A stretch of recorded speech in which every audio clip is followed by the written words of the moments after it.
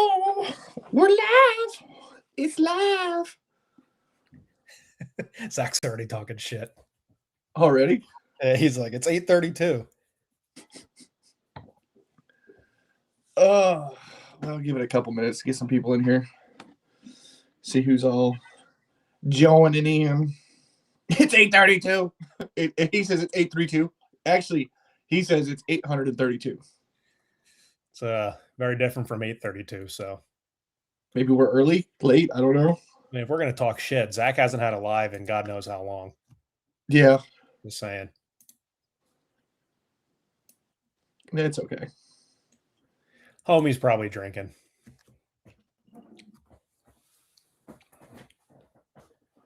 no, Tony's talking shit. Oh my God.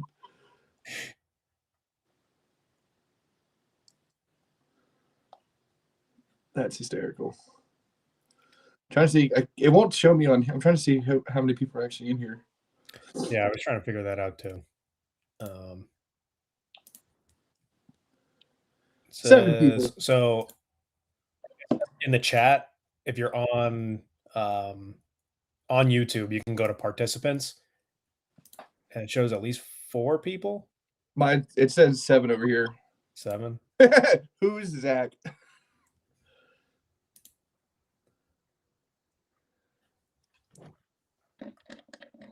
I need to go grab. My screen's all tripping out because like my 2 monitors are mirroring right now. So I see like me here and then me off to the side.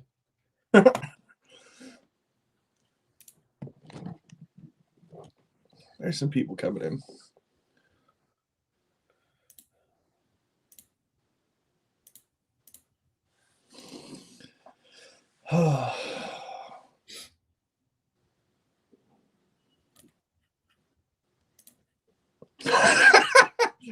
It's like one of Zach's comments or Fred's comment I had to approve. I had to approve that. Just let it come in.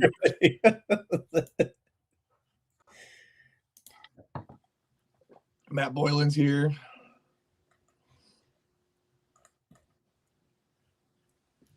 Well, I guess I'll go ahead and start talking a little bit. I mean, there's not usually a lot of people here. We're not, Instagram famous or anything. We're just 2 dumbasses. Nope, with too much time on their hands. But obviously, everybody knows me. I'm TJ. That's Tom. Obviously, we are the what do you want to call it? The BCB duo. Whatever. The BCB troublemakers.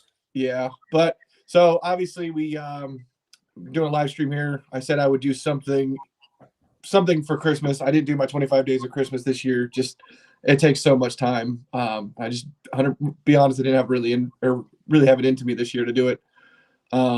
But Tom's been working on some really cool things, so I decided let's do a live stream, drink a few drinks, talk a little bit of smack, and go over what you got going on. And obviously, what he's been doing stems from I guess about 2-3 years of us going away from lobster couplers and swingy pilots and the fixed pilots and KDs, and it's just evolving. And just, as I tell people when they want to get into it, like I told Matt, it's a snowball. And once you start that snowball with your first KD, all of a sudden you're using 3D printed parts, you're fixed piloting things. It gets crazy pretty quick. Yeah, for sure. And I think it's pretty funny how, like, if you look back 2 or 3 years ago, you kind of started the whole, fixed pilot thing for me. And the KDs obviously caught on pretty quick, but I was like, I don't know if I could really invest that much time into fixing the pilots or buying parts and painting them. Like, I'd rather just do the weathering and whatnot. And I guess maybe just doing weathering for the last couple of years got a little boring. And I, missed working in CAD. I miss doing something with my hands other than using a paintbrush. So I was like, yeah, let me try this out. And I think after I show what I've been working on, it'll make sense why I got so bored and, took the last month off from weathering just to work on some projects.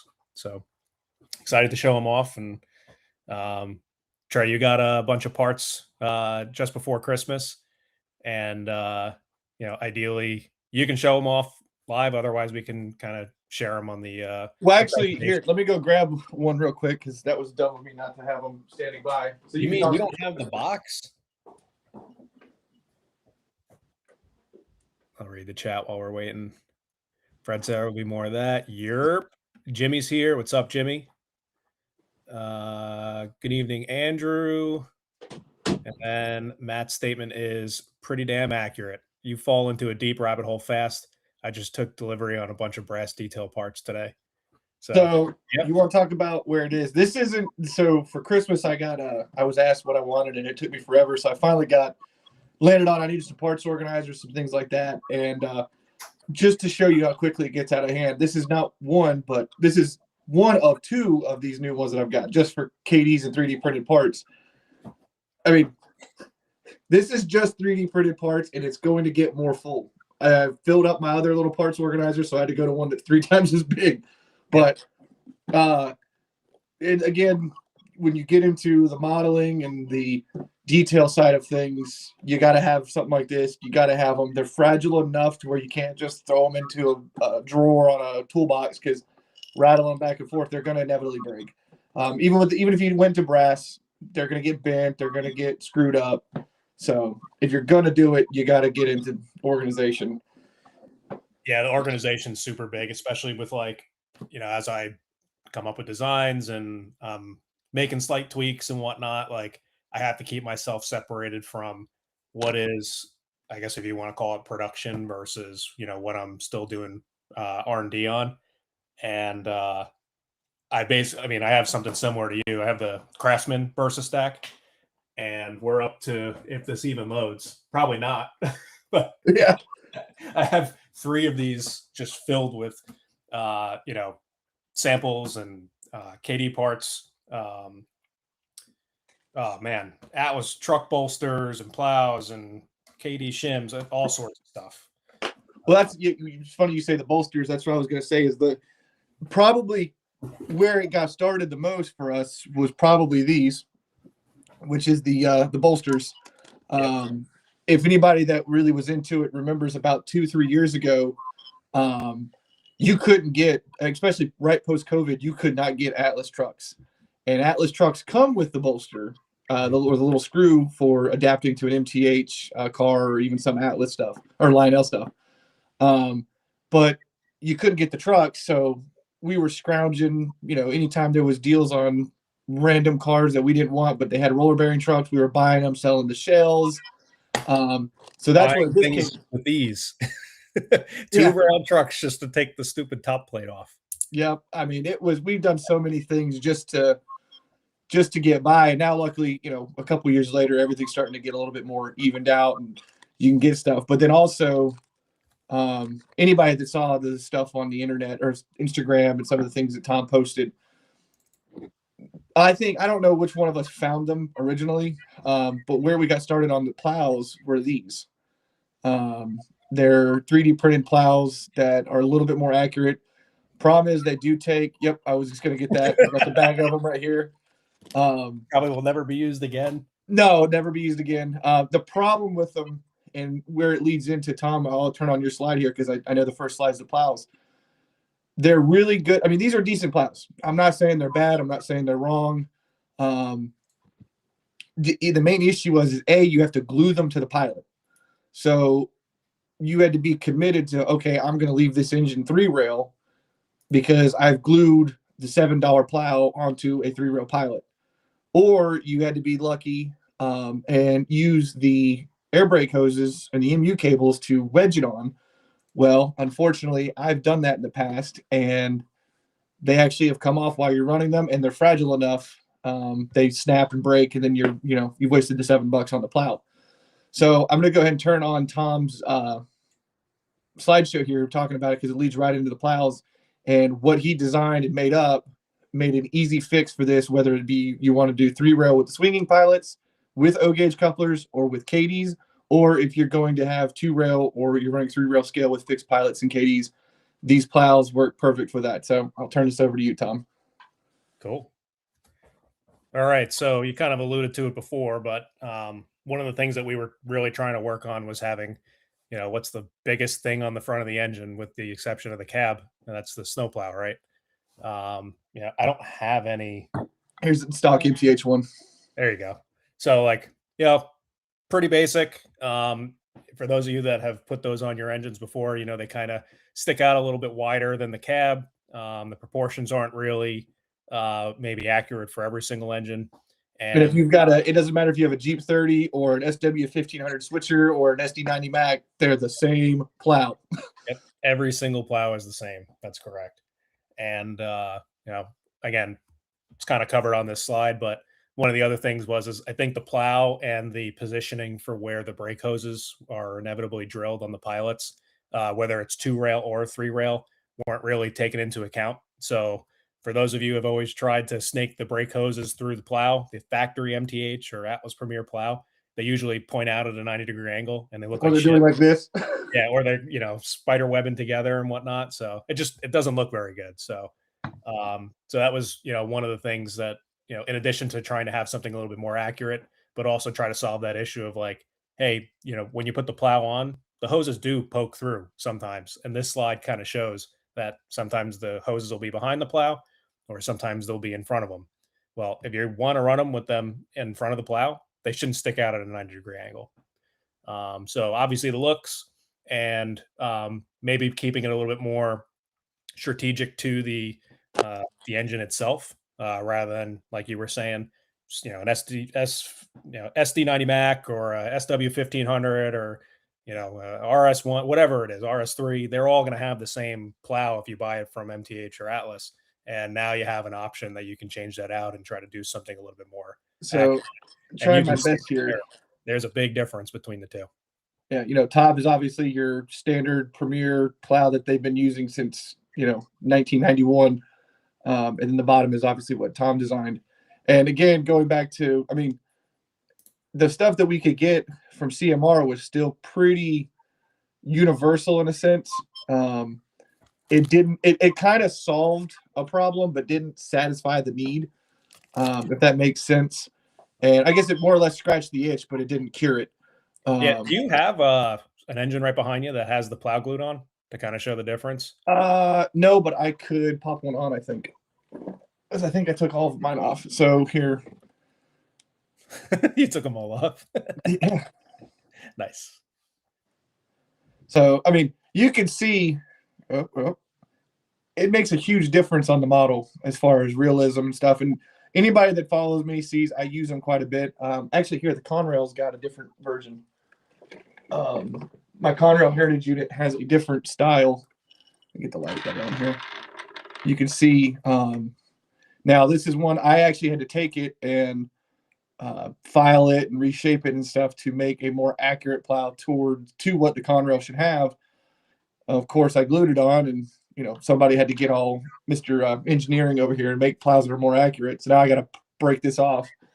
We'll say accurate and less of a headache when let's just say in the odd chance you want to put a different style plow on, or they got damaged in a wreck or something and they changed the plow out because they had something at the repair shop and now it's different. You're not necessarily having to break something off the pilot.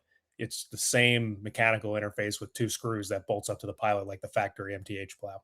So, and the big thing the big thing we were just hitting on is these have to be glued on, and you can't really see in the video. You have these very little I don't know, call them ridges, fins, mounting points, whatever you want to call them. That's what you're trying to glue on to the front of the plow. Problem is, these all hit where there's a grab iron, there's a thing.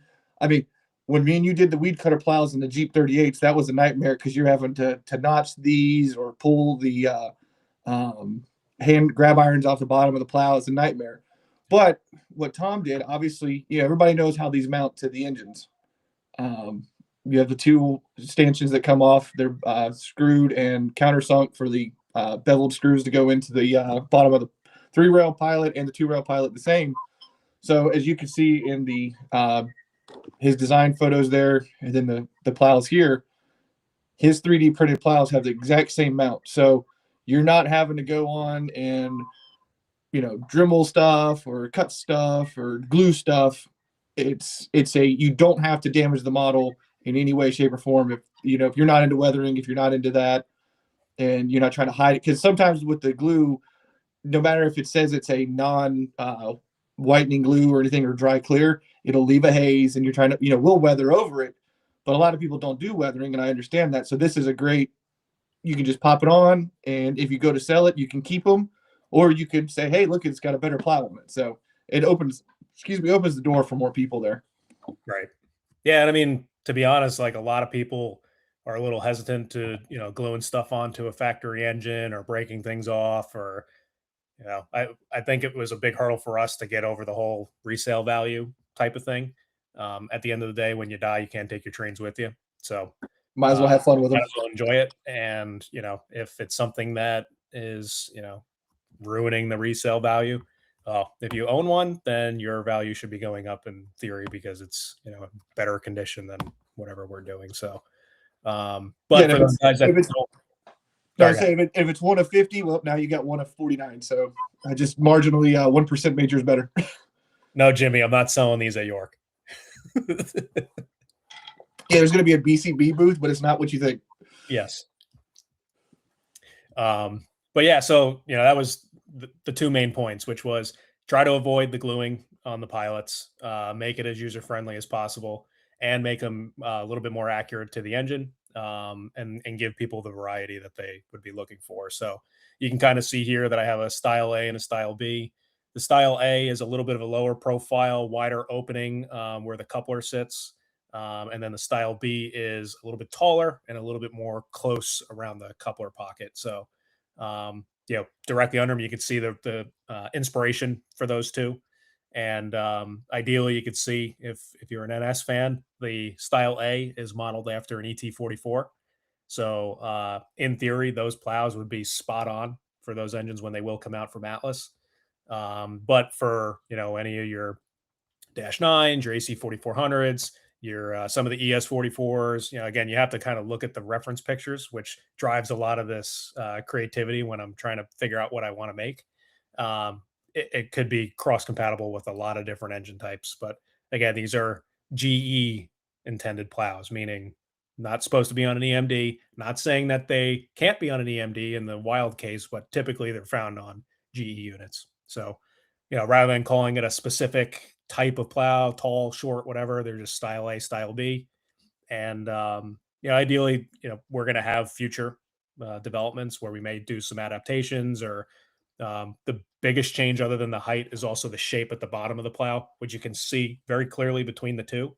There's kind of like a little bit more of a lip on the style B, but kind of making adaptations to those for maybe a different style of GE plow. But the big thing here is, it's an identical mechanical interface, meaning it will bolt up to your premier GE engines, Atlas or MTH, and it may work on the Rail King engines, but I have not tested it that way. So it's just easy for me to say no, and someone else can figure it out. But we can say that they do work on Premier line GE, and we actually tested it on an EMD engine as well, to make certain that it works with the Katy couplers and the O-gauge couplers. So the factory electro couplers, they still swing within that pilot. So like I said, an identical interface, you use the same screws that come with your engines. You just take your stock plow off and put this one on. It's technically made out of like an ABS type resin. So when I cure it, it has ABS type properties, but it's still a resin at the end of the day. Similar to plastic, obviously, if you break it back and forth a bunch of times, it probably will crack at some point. They're not indestructible, but you'll see a common theme here as we're showing some of the other products, that ideally this is going to be taking it up to another level of modeling, in the sense of, you take the engine out of the box, you put it on the track, and then you run it, and you put it back in the box, and then maybe it goes on display for a little bit. Well, once we start adding all these little details, you understand why the manufacturers don't want to do it, is because you're increasing the amount of fragile parts that are attached to this thing. The plows are less of a concern, but in general, if it's made out of a type of resin, it's probably going to be a little bit more fragile. So you can't just, pick up an engine by like a coupler cut bar or something like that. And Next two things thing, I wanted to hit on real quick before you move, just because I know some people are going to ask. I know some people are visual people versus reading versus things like that. That's fine. Just because you see the NS engines used as the reference photos, Tom obviously models mostly NS, so that's part of where it came from. I got a lot of CSX and NS, and I've got some BNSF GE stuff. You'll be surprised. A lot of these plows, especially for GE, a lot of these do come from, GE Wabtec. That's what they've got factory. So you're going to see them on a lot of older GE stuff, whether depending on whatever railroad it is. Only on NS that I've mostly seen is NS have some specific plows for rebuilds that they've done. And the only one I've ever noticed that on is the Dash 8s, the wide cabs that were ex-Conrail, but that's a very small one-off. But the high plows, the Type B, several of those were on CSX engines, very similar plows. I mean, there's some very minute differences, and dealing with the modeling and all the time into detailing and the labor it takes into the design and the product. They're very, I mean, it's like, they have a slightly wider notch on the bottom versus, or if it's pitched in or out. If you the more you look at it, you'll understand, okay, the Type B is a miles ahead better plow than what was on them factory from MTH or Atlas. I will take it at the 90% rule. It's 90% closer than what we've got currently. But don't look at it and go, oh, well, I run Canadian National, so I can't get these plows. Yep. Just look up at, if you've got a Canadian National AC 4400, whatever cab number, just Google it, go Canadian National 4853 or whatever it is. And there will be images on the internet, and it'll show you what plow it should have, and you can make the best guess there on which one would be best. But that's the biggest thing. He just, those are NS engines, just what he uses the prototype, if you will, for that. But there's a lot that will, cross-reference over for different engines. And then the biggest thing, talk about on going into storing or anything like that. Again, you got to just use best judgment. If you're having to shove the engine in, you got to be mindful of that. Anything you add onto the engine, you're going to cause a problem. Again, most of the boxes have the little hole in it where for us, the guys that buy 2-rail engines, that's where the pickup rollers are, the smoke fluid, the plow, and the extra traction tires. If you get 3-rail, you'll have room there. Just slip the plow right back in. It's 2 screws. It'll save you the headache of breaking it, because stuff happens. Inevitably, it doesn't matter. I mean, I've broken the MTH plows. So it's just plastic. The more you bend on it, the more you flex it, the more it's going to break. Right. Yeah, and like you were mentioning, this is probably the last thing I want to cover with regards to like how I go about making these projects, which probably should have started with. I do model a lot more NS and I'd say Eastern railroads than I do West Coast railroads. So just because they say, GE style plow and then you see NS engines, they may be for UP or BNSF or some other railroads. And sometimes the railroads have little adaptations to those plows too, which I've been kind of looking at in parallel. But the key thing to keep in mind is that I try to do projects that I have a personal benefit for, and then I can justify all the engineering time and the printing and, things not fitting and having to make tweaks because, I got to be honest, there's really not much money to be made into it if I were to just do everything that everybody wanted to do. So I can justify it a little bit better if I have a personal interest and then kind of build from there. And maybe it's a good platform to continue and maybe make a small adaptation for a BNSF engine or UP or whatnot. But to do the initial design work, I'm using a lot more of the engines and little detail parts that I have a personal use for. And coincidentally, Trey also has the use for too. So between the two of us, we can create a bunch of different things. It's just, there's a lot of time behind the scenes, and I'm impressed that I got a lot of this done in the last month. But there's a lot of small tweaks and, changing settings and, it's a lot to say the least. Yeah. And that's the biggest thing to say I was going to get on is, there's a lot of, we have a little hashtag we make jokes called FitFo. And, for a lot of people, it's constantly, it's like, how do you do that? How do you do this? How do you do that? And, whatever, it's constantly asking things. There's a lot of money involved in this. There's a lot of time and effort. I mean, you think about with the fixed pilot stuff we've done and all that, there's not a commercially available pilots. So if you really hell bent on you want to have pilots, you got to buy other engines and do it, or you got to do this, and you got to, I don't know how much time and effort over the last 3 years understanding the MTH design and what pilots go with what and where and what cross references and all this. So, I mean, there's a lot of time in this. So, if you ever go to Tom and you're like, hey, man, I really would like X, just remember, you might see it as, oh, it's just a $7 plow, but you got to think about how much effort and backlog of time and effort there was, years of effort trying to figure out what's the right way, what's to do, and then the purchasing of the stuff and the hardware and the software. So just keep that in mind. It's not that, Tom wouldn't want to possibly do something in the future, or think he's being selfish because he's only making things he wants. There's a lot of effort that goes into it. You got to just keep in mind. Yep. And, I'll talk shit for a quick second, but most people don't realize, because I'm referring to that one guy on Facebook when he was like, oh, I just bought, my MTH plows for $6.50 a piece. Oh, yeah. And the reason why I bring this up is because there was a comment about how much are the plows. I'm looking for $7.50 each, and I only charge a flat $6 shipping rate. So whatever I can fit in that box for $6. And if I need to do a larger box, then at that point you're buying enough for me that I just eat the shipping costs. But most people look at it as like, oh, it's $1.50 more, but the benefits are it looks more accurate. It has the same fit and finish. And ideally, you're not factoring in the fact that MTH charges what, $13.50 or something like that. What was the most? It's $13 flat rate from a penny to $100. Right. So let's say $13 plus the $6. You're at $19.50 for one plow in the worst case. And then here I am, I'm selling mine for $7.50 a piece, and I charge $6 shipping no matter whatever it is. So so that's the first thing to kind of mention is, oh yeah, it's a little bit more expensive, but there's a reason why I kind of stepped into this. And most people don't see what it costs to manufacture stuff like this. Anytime that I have to buy resin, it's $50 a bottle, 40 to 50, depending on the type of resin. My printer was about $800 between that, the curing station, and the wash station. I have to buy a professional license for my CAD software. So that's $550 for a year. So a lot of people don't realize that when they're like, oh, well, this costs more than, what I can get from MTH.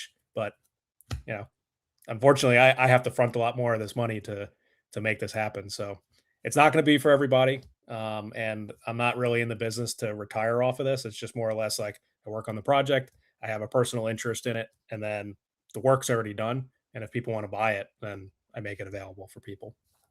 So, and the biggest thing is to show you just that. No, go ahead. I was going to say just the last two things on these two plows. And this kind of goes with ideally what I'm trying to do is I am taking a design and now just printing it out for somebody else, right? You have an interest, you want to put something like this on your engine. I'm basically hitting print and I'm printing more out. The thing to keep in mind there is I'm not spending the time to paint all of these to match your engine or anything like that. So I'm using black resin right now. I can print it in gray if you wanted to use that as a good base for, an obscure color or whatever. But they're being sold as unpainted. And, I have a sample right here. It's probably not going to come across very well, especially with my background. Put it on my face. But this is just black spray paint. Get like a white piece of paper or something. Back of a card. There you go. But this is just black gloss spray paint. And then I use a matte clear finish on it. And I get the exact same form fit as if you were to take it out of a bag from MTH with a brand new engine. So there's no money to be made if I'm, selling these at $7.50 a piece. And, ideally I'm just trying to make my time worth doing all of this. So yeah, so don't hit them up going, hey, I need the one for the Southern SD40s or the Norfolk Southern SD40s that have the old Southern stripe plows. If you need those, figure it out on your own. Fitfo. Exactly. Now, to be fair, I have my FEC engine sitting here because I was getting some measurements off of it. That's a stripe plow that I probably could make something in CAD and have a use for it to say, hey, it's a stencil. I spray over it and then I pull the stencil off and then I'm left with the stripes. But I'm only going to do that for that engine. And then whoever has an FEC engine that wants that stripe, right?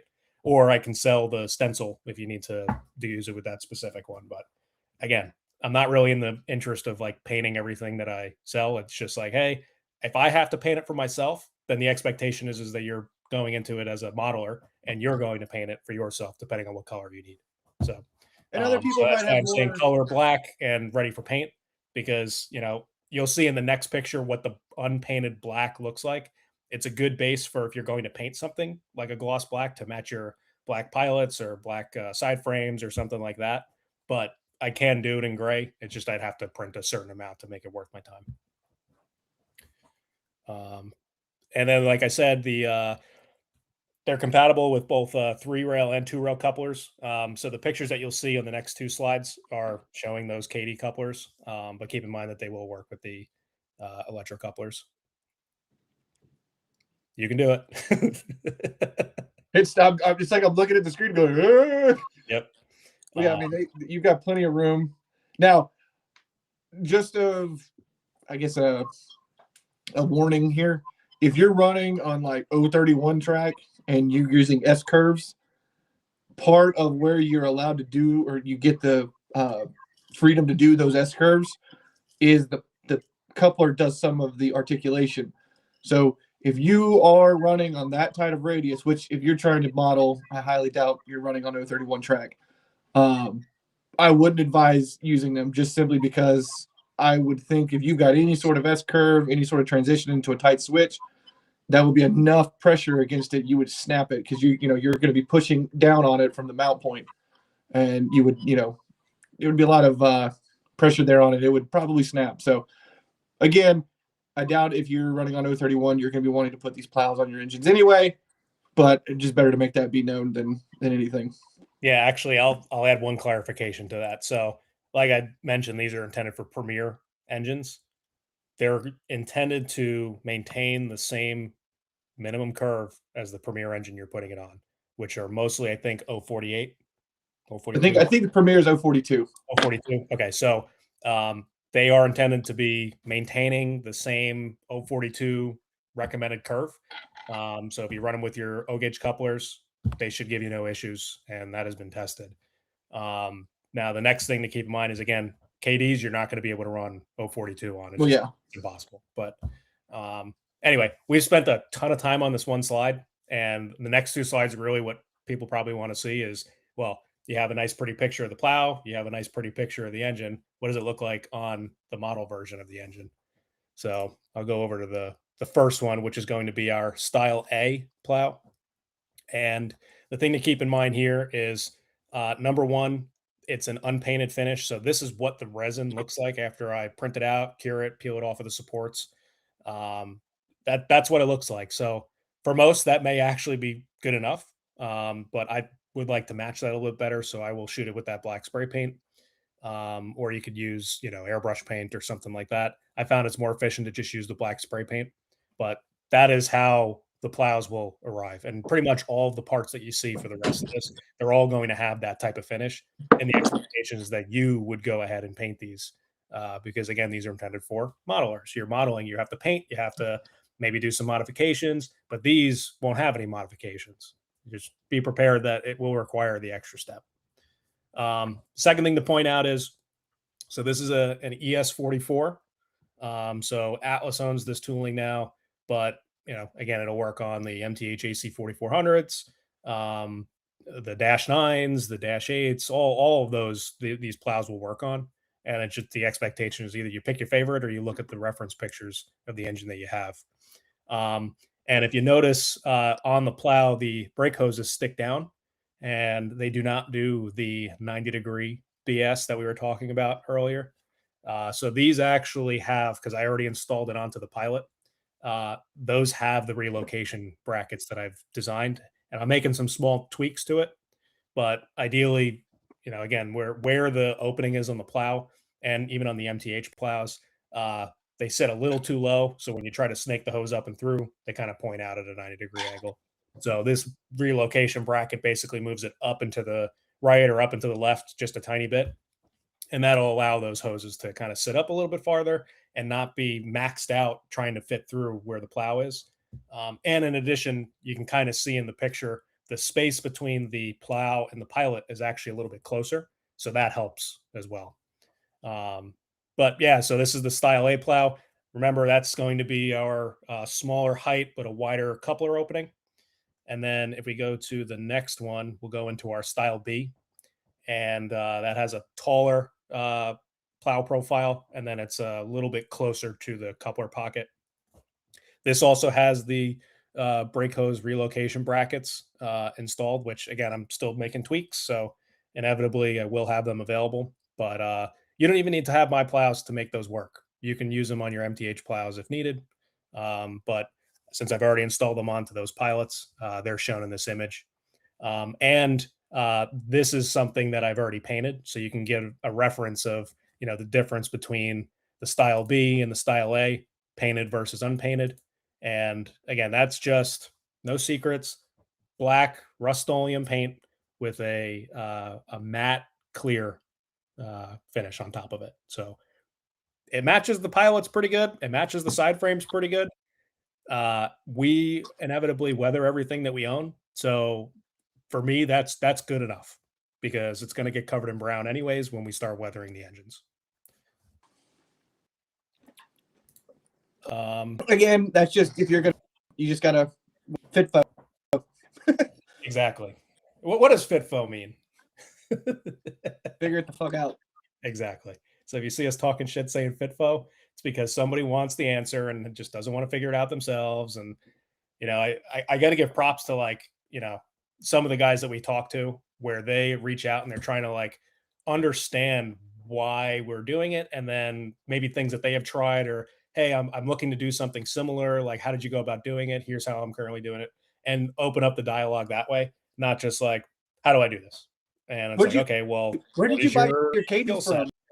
Exactly. Who made this? Where do I buy that? And it's a little bit more than that, because if you buy pretty much everything with the exception of the plows that I'm sharing tonight, they're not going to come with instructions, because that's how we buy our parts. So all the brass parts, all the 3D printed parts that are not made by me, we don't have instructions on how to install that stuff. We've had to figure it out. So the expectation is just like anything else. There's no diagrams. There's no, YouTube video that shows you how to install it. You just got to figure it out, whether you have to make custom brackets to add little details like these E-bells, or drill a little hole through it and run a screw. None of the parts that we buy right now have that. Same thing with the PTC antennas. Yeah. If you want to see a figure it out that I had to do, yep. Got jumpy and didn't look. The MTH PTC antennas don't have, cable trays that go between the two arrays. So I just went with, that was just an SS. I'll snap them off and glue them on. Well, I later figured out that no, they're supposed to. So the -9 got them. That goes back to it. We all make from a place of we're better than you. No, I've spent the money. I'm not going to pry it off the engine and redo it. It's not that big of a deal. Yep. But it's sometimes part of the adventure is just in the failure. You're gonna screw up. So when we make the joke saying FitFo, we don't mean to be disrespectful or rude. It's just that's what we had to do, and we'll help you out. If you come to us and go hey man, I'm using X, attempted this, I'm having this issue. Do you have some guidance there? That's a totally different conversation than when I buy Katie's from. Right. Which I buy my Katie's from Roundhouse South. Shameless plug. Yeah. A lot of them. Exactly. So I actually want to go fill up my glass because it's empty. So maybe you can kind of talk about this, because I think I sent you a sample of these, and they're very similar to maybe some other parts that we bought in the past. So please, while I go refill. Yeah, so as you can see, it's an E-bell, where again, this is modeling. A lot of MTH engines and the Atlas engines in the sound file have the set of a mechanical bell, but the model still has a mechanical bell. They're going to be like, oh, that's just in the weeds. Who cares? The level of effort that we take. Well, why not go a little bit further and do it? Products made an e-bell, and I bought some. Problem was they were, and the interface that they had to be able to mount really basic. Backstory here: CMR products, I think for the most part, have designed and created in scale or HO in mind, and they scaled it up to be for 140. The problem is yeah, it works scale wise, but it's not 100. Again, when you scale things up, you do lose a little. It deforms a little bit. If it's one thing, scaling up is a difference. And a lot of times where fine of detail, you're not getting the exposure you want or the depth you want, and it gives you the overall or appearance, but it's not giving you the accuracy. So it kind of left. This was actually one that I didn't even know Tom was doing until he was just like, "Hey, look what I made." So I got some from him, and the interface that he created will actually have how the mechanical bells are on the MTH and or Miralon. Now, again, obviously, that is deep into the weeds for some people. He's not going to go taking his models apart to pull the mechanical bell off to put a 3D printed Graham White on there. Get that. And I know Tom does, but again, that's something we want. If you want it to, here now you have the opportunity to have one that is scaled to the person in 1/48th dimension or scaling. So, just Tom wanted something that we could use, and if you use it, then hey, you didn't have to do all the work to get it. You could just buy it and put it right on, and off you go. Right. And I don't know if you have them handy. I don't think I have any over here. Yeah. But, this size for the image does no justice as to how small this part actually is. So you got to keep in mind that you have to sacrifice a little bit of detail in certain areas just to ensure that there's, fidelity in the print, or, not that when you go to push it on and hold it to glue it, that it's not going to break. So you'll notice that some of the proportions are off over here. But when you think about the size, I mean, this thing is quite literally like just a tiny bit bigger than a Tic Tac. So holding that into place, it's really just like the ever so slight difference. Yeah, see? And I mean, it's smaller than a thumbnail. right. So if we're going to be fair, I don't think it's going to pull up. Oh, never mind. This is still more accurate. The only model I've ever seen MTH of a Premier line have is your SD60E. I don't know if the SD40E has it. They share the same tool. It's way smaller than this, believe it or not. So this still does e-bell if you're wanting to go that road. Fred put in the chat, Roundhouse South rocks, and I think we both would agree with that statement.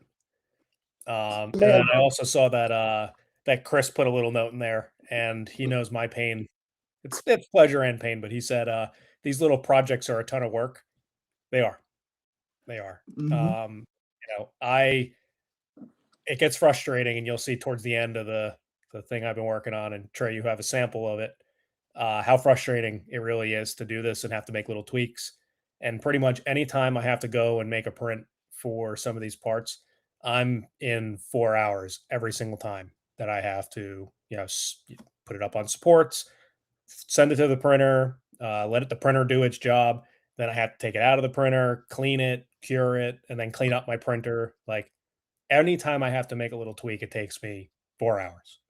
So when you see the price of these parts, just keep in mind of the amount of money and time that I've had to put in to make them.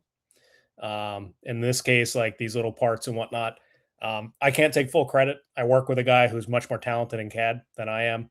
and he's okay with me kind of selling these because I'm giving him the references, I'm giving him the measurements, I'm doing the R&D part of it, and he's doing more of like the detailed design. But a lot of the stuff I'm still doing myself. It's just easier to basically say, hey, this is what I'm offering, because it's not like he would be offering it unless I worked with him on it. So got to keep in mind that uh, there's going to be a lot of failures that you don't see when we're making these kind of announcements. I have a bunch of parts right here, actually, this little strip, which is teaching me how to use supports on little tiny parts, which we'll get to later. But every time I go to break one off, it breaks into the little detail piece off of it. They're just too small. And then once I kind of made some tweaks, I was able to get it to succeed. But again, something like that takes me about 4 hours from beginning to end. And it's worth it in the end of the day. But the more you add for detail, the more potential for things to go wrong. So And again, I think we talked about the email enough. Yeah, I don't think the email is going to be something that people are going to be beating the doors down for. That's a very, but cool for us. All right. The next thing we got going on is the Wabtec PTC small antenna. This came as a inspiration for something that I've seen on some of the Florida East Coast engines. And being from Florida, and I'm an FEC fan, I want to add these little bit of details to the engine. It makes just a little bit more difference on the roof. And I've done them on my Jeep 38s already, but the ES44s came in, and rather than buying them, I was like, well, let me just get something designed up and then print it out. So that's what this is. And you can kind of see in the pictures, we have a Jeep 38, we have two ES44s in different paint schemes, but ideally you can see the little black modules on the roof. And the intention is that you would kind of glue these little modules on the roof, and it just draws a little bit of a different distinction to it. Really nothing too special about it, but the thing to keep in mind is, just like the e-bell, it's a universal application. It's not really biased to one engine or another. You just have to look at the reference pictures of whatever engine you're modeling. Same material. You'll find them a lot more on your Jeep 38, things like that, from what I've looked up and seen. The FEC engines, only 6-axle engines I've ever seen that had them.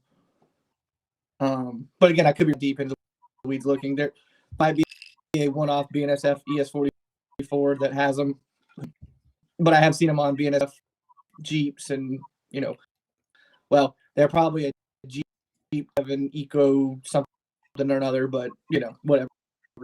Right. And again, it's the same material that the other parts are made out of, so it's still that ABS type resin. The black color, so what you saw on the Style A plow that was unpainted, that's how these will show up. And again, they're ready for paint. They've already been cured. They've already been broken off of supports.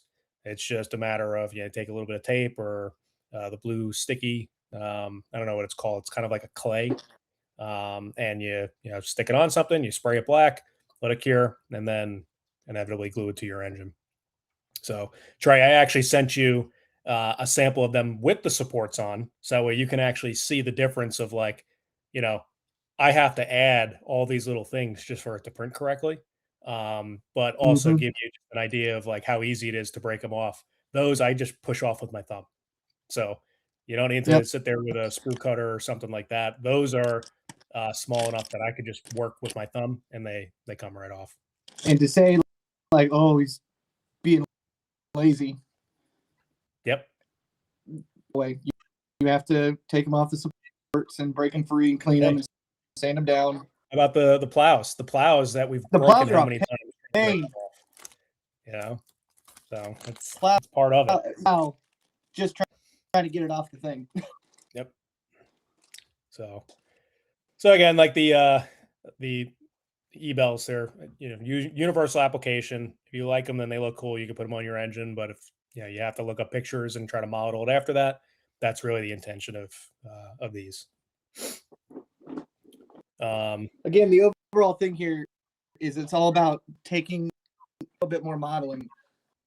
Not to talk smack or anything, but the fantasy stuff for things like that, where we get a little bit of the wrinkle brain going on, is mimic as best you can, whether it be the weathering or detail parts or things like that. So I'm aware that there's going to be people out there that are going to see this and go, why the hell would I go through that effort? I just want to run my damn track. Totally understand that. And that's the thing is, I think a lot of the manufacturers take that attitude of care. Well, we would like to take it a little bit further and try to bring, these aren't $400, $350 engines anymore.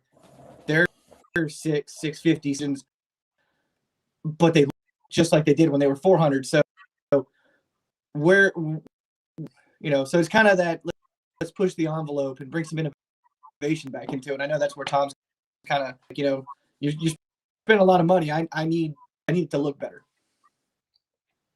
Yeah, and to be honest, like it's really not that big of a deal to take something like this that's, again, the size of your fingernail and put a little bit of glue on it and stick it to the cab of your engine.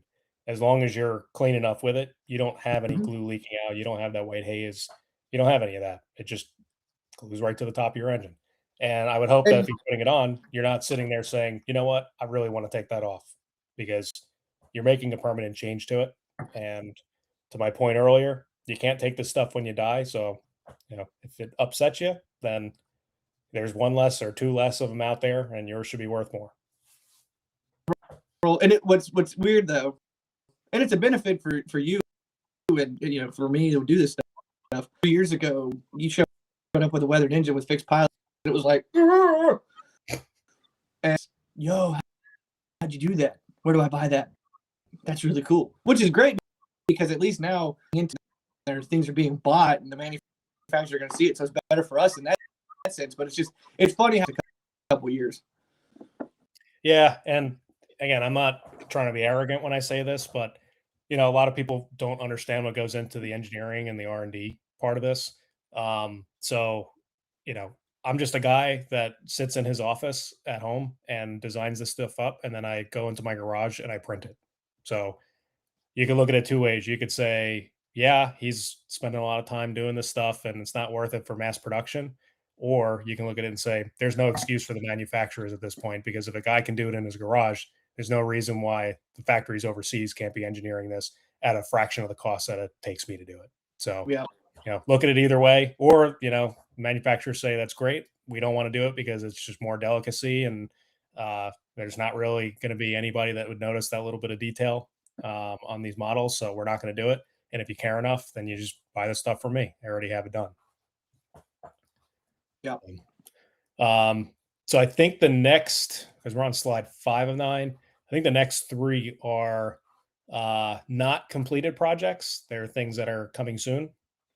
And ideally what we will have is kind of what I've been pulling my hair out on just a little bit, but it's a multitude of projects all together that are getting done. So this one's pretty big. Right now I'm calling it an AC 4400 fixed pilot kit. It probably will work with other engines, but I'm not ready to advertise it that way, just in case there is any little bit of differences and changes to it. You have an example of one of the metal ones, right? Yep. So if you know anything about that, Atlas charges a lot of money for them, and they're missing parts. You have to buy the additional parts and then yeah, whatnot. This came off an engine I got off the cabin feed engine, which is how MTH parts. If you give me just a second.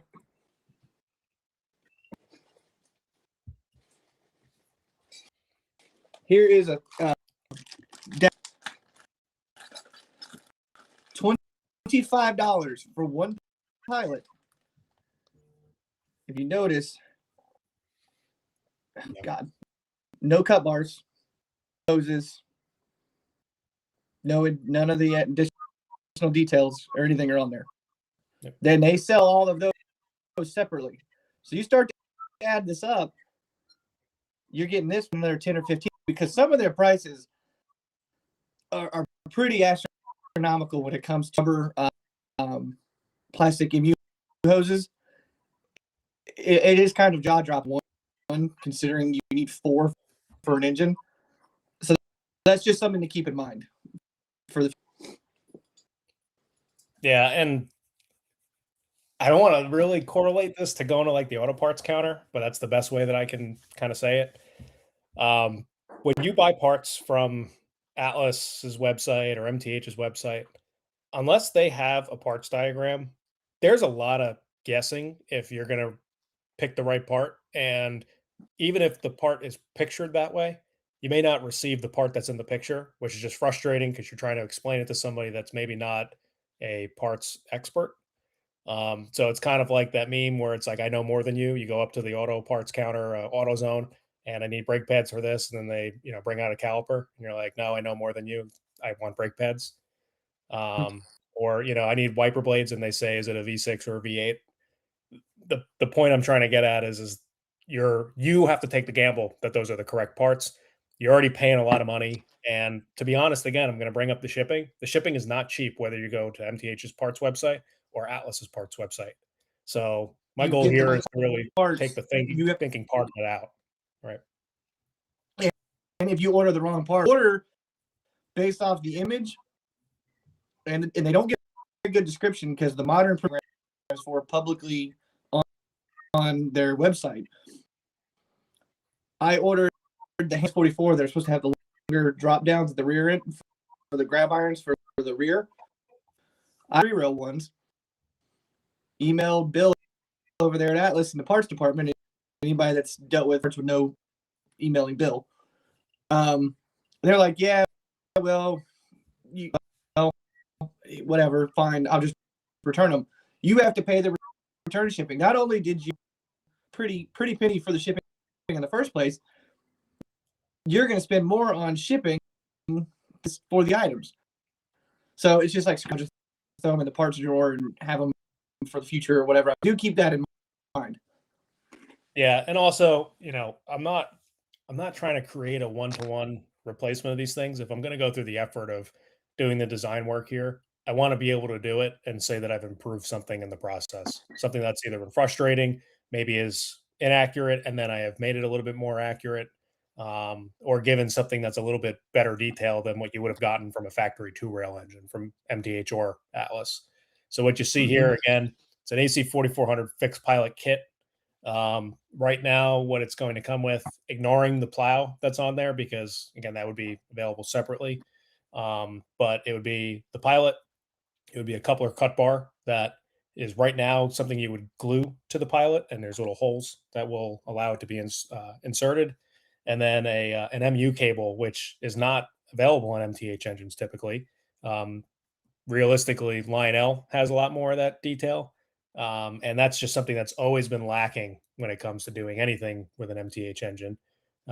There's no MU hose on the front, which they're not always there, but for the most part, they are. And Trey's showing an example of one that he made. And that's kind of what I was going after.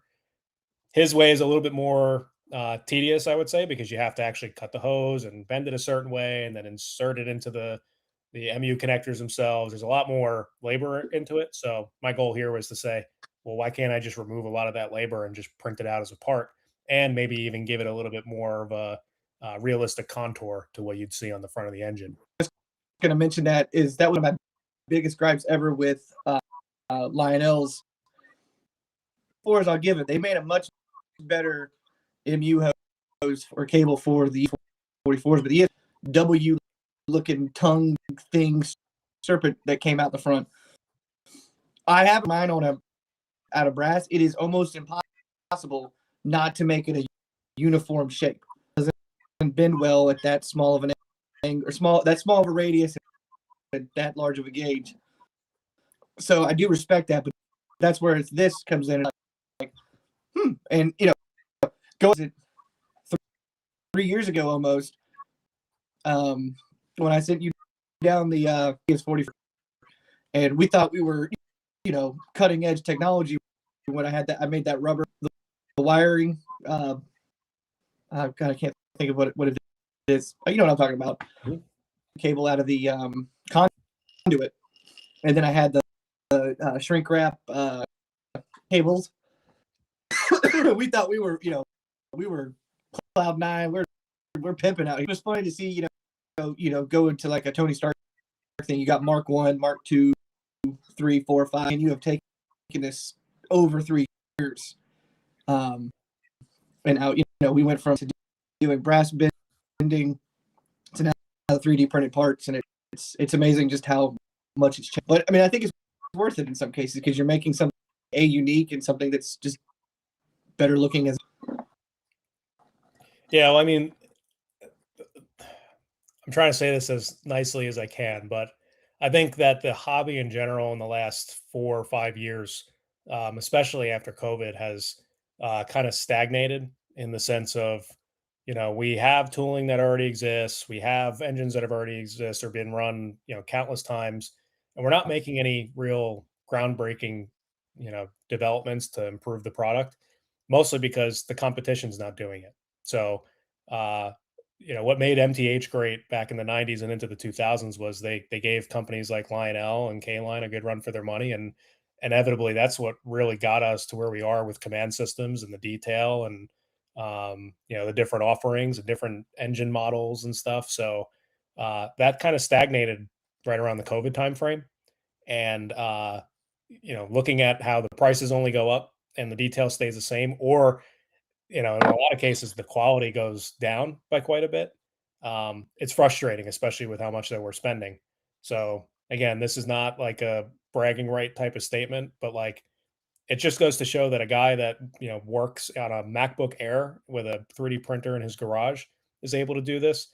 There really is no excuse for the manufacturers not to be able to do this. It's just not willing to invest the money into it, and people just keep buying the product. So now it may be, limited resource and nobody's really noticing this detail, or the majority of the people that are buying the engines as is right now don't care about that because they're not uh, modelers in the conventional sense. They're just train enjoyers or train runners. But at the prices that we're getting at, I think if we were in the $400 to $500 range like it was 10 years ago, maybe we would look past a lot more of this stuff. But now we're creeping up into the $750 $850 range for the same engine that I could have gotten 10 or 15 years ago for half the price, and it was better quality. So, you know, if you spend your money, you have a little bit of a voice to say what's acceptable or what's not acceptable. And when you don't see the results, this is the end product of those results. Is you just got to figure it out yourself. And the other thing to talk about is it's not the quality of the model, the aftermarket support or the after purchase was totally better. Completely different too. I mean, I've talked to people that talked about how, and it was a completely different company. Yeah. Think about what MTH parts, what you could have gotten, and called them up and like, hey, I broke the such and such on my S2. Oh, well, do you need it in this one, this color, this color, this color, this color? And I get it. Everybody's got to run lean, and I understand it. But it just as a consumer, well, I can buy the same engine in a purple box that had an MS.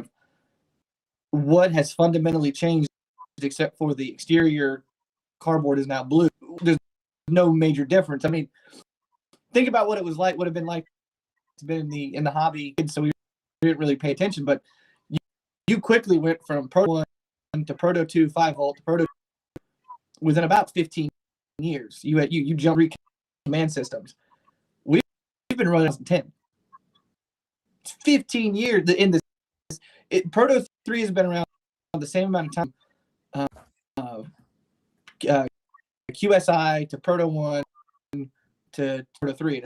It's kind of like, same with Lionel. You went from early rail sounds 4, 5, then Legacy. It's kind of like they've been running Legacy for I think a couple years longer than Proto. And then you look at what Blue Nami is doing, and you're looking at the board size, going, how achieves so much on a 2x3 board that screwed in outputs and everything that you just slip the wire in, screw it down, and it's a stacked, it's a single board, big capacitors, all this crap, wiring going everywhere. It definitely is kind of hard to go, well, 20-some-year-old technology at this point. Why is it $750 now? It's not fundamentally different. So that's just tied. That's, move on to what you're talking about with the ditch lights. I mean, we any of the nipple ditch lights here sitting here, but that was one of the things that goes back. Anybody that knows the older MTH stuff had the ditch lights where the little square box and telephoto lens, and then they slowly got shorter and shorter and shorter. Enough, me and Tom made jokes about it, called them the nipple lights because they stuck out so far. TH created the ones that were more flush, like, oh yeah, that's the better one. Well, through Tom's research, rail fanning, looking at it, we're like, oh, they're not correct. They're actually not supposed to. More of a middle ground. Instead of being all the way out, they're only supposed to be like a quarter of the way out. Fine on that, but it was funny how we found that they're actually were supposed to be a little protruded. Yeah, well, I think when you study the front of a lot of these engines, you're trying to compare it to your model, and then again, we took our little slight scenic route through HO, and you're like, why do these O gauge engines look so off? There's something that's off with it. And what I found was the two biggest issues, and Lionel, I give them props because they actually do it more correct, is the accuracy of the ditch light and the placement of the ditch light. So if you look closely on a lot of the MTH and Atlas Premier engines, where they route the ditch light wiring actually sits the ditch light pretty much like in the middle of the front deck. So they're a little bit more recessed. And then inevitably, it's kind of hard to see because I guess I have a good reference here. The engine that you see in on the slide has a certain style of front handrail stanchion. There's 4 posts and they're evenly spread out across the front end. All of the ES44s, as an example, have 2 posts and 2 posts that are very close to one another. And technically the NS ones don't have them this way. They should be spread out. So, you look at these little details and they're all like, they add up to like, where's the ditch light placement? What type of ditch light's on there? The incorrect stanchions. Like Trey did a good job of trying to make the correct stanchions and, where they're positioned. But technically, if you look at the image that is shown on the slide versus what he's showing, you'd have to do a lot of work to move the ditch light forward to where it should be from where how the engine's actually made. So there's all these little things that, you have to pick your poison, and it's nearly impossible unless you kind of, I don't want to say start from scratch, but it'd be a lot of rehab to get that to be where it needs to be. But you have to kind of cut corners where it makes sense, right? I could make something that sits the ditch light farther forward, but then I got to replace the walk board. Then I got to design something that's going to be sturdy enough and not break off. Then I have to route the electrical cables a little bit differently. So there's a lot of things that kind of it goes back to that worth it. Comment from that guy on one of the 2-rail groups.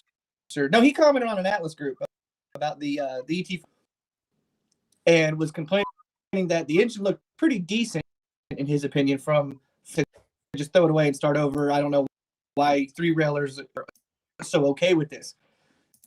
And so we were having, it was him not being able to understand that Atlas and Lionel, probably 95 to 98. Well, Lionel's 100% 3-rail. Atlas is 78% 3-rail, and a little bit of fixed pilot 2-rail. So the end for 3-rail in mind, we're just lucky enough that they make them with fixed pilot doing it. That's where you kind of just have to go, okay. But what I roll is, are you 90% there? You can make up the 10% in that, but as a to the market, to the masses, mass produced, made in China model, are you getting the flavor of it? It's still, for an engine is quite a bit. But again, if you are the type of person that needs percent 1-to-1 specific road specific detail, everything has to be right engine versus a UP engine versus NS. You got to go to OMI and buy those engines, because they're going to be paying attention to those specific details. And even their 3-rail engines have a giant hole in the front. So you either do HO or you got to just start forking out the money and buy a $2,000 OMI ST7. So again, that's where sometimes you're looking at them going, I could do this. We still run on 3 rails. You still got the center rail, whatever flavor of it. Because technically, even work I did to make the stanchions spread out, they're still in the deck. They're supposed to be mounted on the deck and behind the ditch light. So, and that's the biggest thing I would get at is 90%. If I'm 99. Yeah, and again, there's certain things that you have to look at and say, is it worth the effort to make the changes? Right. Now, I'm working on stanchions that are not listed on here, and we're going to see how that comes out because, again, once you start getting down to very thin material, it's not very durable. So that may not even be something that I kind of offer as a product. That may just be something that I offer for myself. And, I own the responsibility if the parts break or something like that. Ideally, I want to put out things that are quote unquote reliable for other people to use that may not be, um, you know, true modelers in the conventional sense. But if I break it, I have the ability to print out another one. I'm not charging somebody for it, and then they press a little hard and it breaks, and then there's no way to fix it, and then they're bashing the product versus just kind of understanding the finesse of putting these pieces on. So, um, but anyway, so the fixed pilot kit ideally is going to be the 2-rail pilot, which will mount to the body. It will have a closed-in coupler pocket compatible with the KD 743s.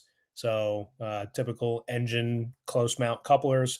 You put your KD in the box and then you slide it into the coupler pocket that's already a part of the pilot, and it'll still use the same 2mm screws that you normally would have in there. The coupler cut bar will be available separate. The goal there is that way you can paint it, you break it off the supports, and then inevitably you would use a little bit of thin CA glue to glue it in place. Mostly because it's a very fragile part. It's not intended to rotate up and down like the metal ones. It's a fixed in place part that's really for show and gives you a little bit more detail. And then I mentioned earlier that the MU hose will be separately applied, and it's magnetically attached because it does kind of sit a little bit farther out in front of the plow. And that would be one of those things that if you wanted to load it back in and out of the box, that would be breaking off. And Trey, you'll probably see soon enough, if you haven't already, the MU cable connectors where the flaps are up. Those break off extremely easy. So, if you were to break it off or it got damaged, at least it's not like you're damaging the pilot and it's not fixable. You just take the piece off that's magnetic and you make a new one and you put it right back on. Or if you needed to, in this picture it had a red MU cable and then now it has a yellow. You're not having to paint that entire hose. You just put a different one on, and they mount in the same exact points. I have an example of it right here. There's another slide that'll kind of show it. And, all I do is I reach on here and it comes right off and you can see the magnets. So it doesn't really require a lot of effort to kind of just put it back on. And as the coupler cut bar falls off into my drink, because I didn't glue that on, it's right back. So that part is at least modular. I would have liked to have done the stanchion with the magnets, but it's just too delicate of a piece. And I'm going to try to hold it in front of my shirt, but I mean, you can see the comparison from my finger. I'm holding it with the mounting points up. So it's very, very small. It's near impossible to put a magnet on it. So that's one of those things that you'll paint separately. You can do the yellow on the, where you would actually throw the cut bar and then paint the rest of it black and glue it on. And it'll be on there permanently. But Ben's a little bit more accurate per the picture. So that's actually one of the pictures that I use when I'm designing that. And then the MU cable, that's a combination of using reference pictures and taking measurements on the actual engine itself to determine how much, I have to swoop it up and whatnot. So that's an ongoing thing. Trey got, I think, version 4. I'm up to version 7, and I need to do version 8 here shortly. And the intention is that once it is available, there will actually be 2 pilots part of this kit. And the primary reason for that is because the front and rear decks are a little bit different. So those 2 little, they're like U shapes right in front of the MU cable. That actually is what covers the factory ditch light wiring from MTH or Atlas. And assuming that it does fit the ES44, which we think it should right now, that should match up 1-to-1 perfectly. Now the rear of the engine, like in this case, this is a AC 4400. The rear of the engine does not have ditch lights. So when you sit those 2 little U covers over where the ditch lights would be, it's basically just a giant opening. So I didn't really like how it looked. So what you're going to end up having is the one that's shown there is really for the front of the engine. And I have that one. Where'd it go? Oh, I think it's on the engine. Yeah. Let me bring that back up. You can see that this one doesn't have that little U feature to it, and it's because there's no ditch lights. Now, are you going to offer them in 2 separate part numbers? So heritage units that are the ES44 heritage units, the ES40s that have rear ditch lights, or is the problem there that the way the deck shape is in the back of them? Well, I haven't really looked at the ES44 too much. And if I had to be honest, I don't really know if I care that much, only because for the most part, unless there's like that super rare instance where they're running with the long hood forward, these things are always going to be the wide cab forward. So what I care about is the detail on the front of the pilot or the front of the engine on the pilot versus the rear pilot where you're never going to see it. And to be fair, that's what's going to be, connected in between another engine. So it's just more detail to swing into one another through S-bends. So I think what I'm just going to leave it at is the coupler cut bar and the brake hose detail, but not the MU cable. And then leave the MU cable for the front of the engine, which is, 99% of the time that you'd be running it. Yep. So yeah, that'll be a separate kit. Again, I'm still working on it, but inevitably that will be something that's available. And then again, the plow in this case is not going to be included because it's going to be dependent on whichever engine you're going to mount it on, and you would buy that separately. So 2 pilots, the MU cable, and the coupler cut bar will be included in that kit. And then the other thing I'm kind of working on in parallel, I kind of showed it before, but a little bit more accurate GE ditch light housings. So I have them installed on here. They don't have the lenses in yet because I haven't printed them, but the intention here is that you can put on a little bit more detailed ditch light housing than what would be on the front of an MTH or an Atlas Premier engine.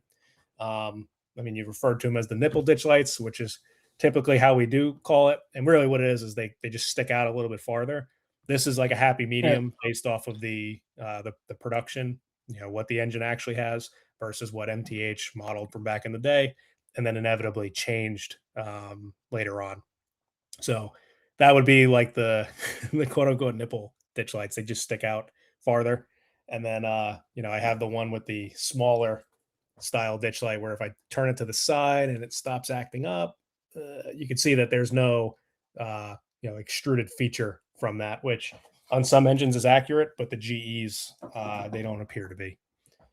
So what you see on the right-hand side over here is, that happy medium, right? So all you do is you take off your factory ditch light housing off of your Premier engine and then put this guy right on top of it. It has the same interface.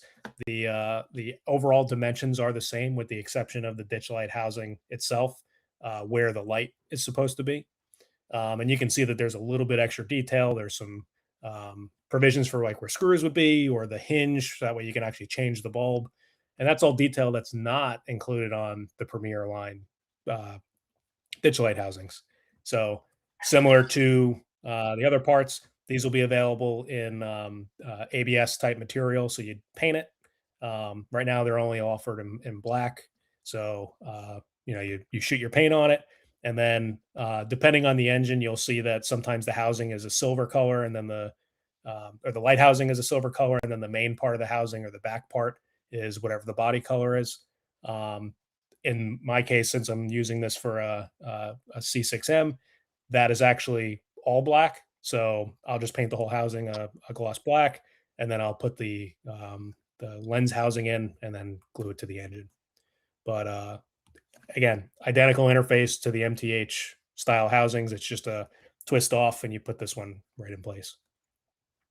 And then the lens. So the intention here is that similar to the other housings, they're a two-piece design.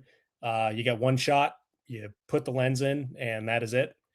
You would paint your housing, and then the lens is already a clear material. So you paint your housing whatever you need it to be, and then once it's done, you push your lens in, and then you would install it on the engine.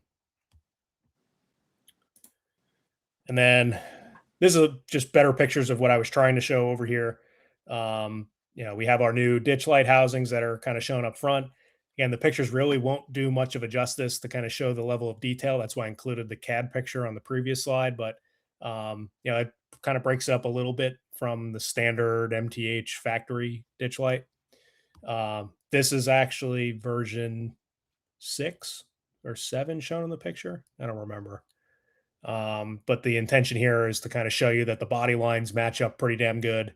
Where the steps kind of get positioned in conjunction to matching up with the body, and then showing those two little details of the coupler cut bar and the MTU hose. So I didn't put the plow on because I didn't want to hide it too much. And I also didn't put the threaded inserts into these parts because, again, these are just for prototyping rather than production. But the intention here is that that's inevitably what the detail will look like. And then there's also two little holes that I kind of tried to point out the best I could. But those are the MU hose provisions for the factory MTH and Atlas brake hose detail. So what you do is it's probably easier to just buy them separately, but you can still pry them off of your factory pilots and then install them in those two positions and run a little bit of glue on there. And then you have the brake hose detail attached to the pilot. And see, not only is this the 7th version of the pilot, 5 to 6 revisions of a spacer and then finally scrapped that idea. Well, it was using your factory pilot, using a circuit to be able to make it look all in. And he finally got fed up with it, not ever really inevitably bow a little bit, do some things. So just to talk about how much time in this particular project, for my shirt, this has been going on for a while. Here, this is what it originally was. We started out by whacking 3-rail pilots to work with a spacer to make a 2-rail pilot, and now we're just with 2-rail pilots because trying to get the exact measurements and whatnot was such a pain in the ass. And now we're at the point where we just have this whole piece. This has everything on it. You add a little bit of detail to it. You run the screws in just like it would be from the factory if you got a 2-rail engine, and that's it. And one thing I do want to point out that's an improvement, because like I said, I'm not just trying to make a one-to-one part. If I'm investing the time, I want to make it a little bit more accurate. I actually modeled in the drainage holes on these steps, and you could kind of see it. You can see my shirt through it. But the Dash 9s have drainage holes, but the ES44s and the AC4400s do not. And that was just a corner that was cut, I guess, at the factory. And that was always something that I was like, it'd be nice if these engines had it. And if you're going to have a pilot offering that has the extra little bit of detail, why not just put that extra few holes in it for drainage or mimicking drainage holes on it? So these are going to have the drainage holes. It's a little bit of extra detail that you'll really enjoy when you see it and it's all painted up. And then inevitably, when you have the more accurate coupler cut bar, the nicer plow, the correct position of the hoses, and the MU cable up front, plus the new ditch lights, you're going to say, okay, we're getting somewhere, and it's kind of matching what is available for the HO guys, but not available to us O-scale guys until now. Yeah. Once green light on it, and he just decides how he's going to go about offering them when they're going to be available. I'll be, I have the, not sounding gatekeepish, but time over the last 3 years figuring out what parts work with what MTH developed this, how do they make it, basically kind of buying engines just to not necessarily take apart and understand what they're doing. So just to drop a hint, these will work for more things than what he's showing. Just I'll leave it at that. But time when it is deemed appropriate to do. But again, it just goes. Maybe we're crazy. I don't know. But we've taken a lot of effort, whether it be them apart, understanding it, figuring out where it works with what. This isn't just waking up. I'm just gonna throw a fixed pilot on my engine and rock and roll with it.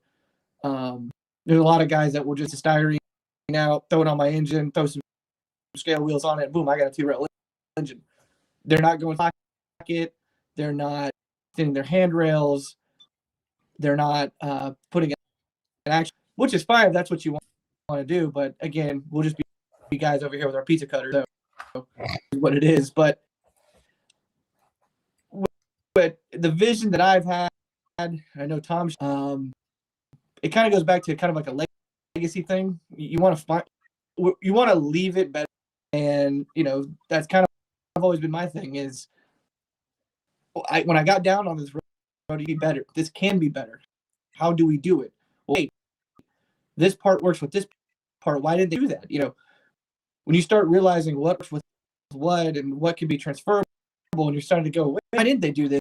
And then you start figuring it out more, and you can build off of it and try to build from it and make it where we're at with that now.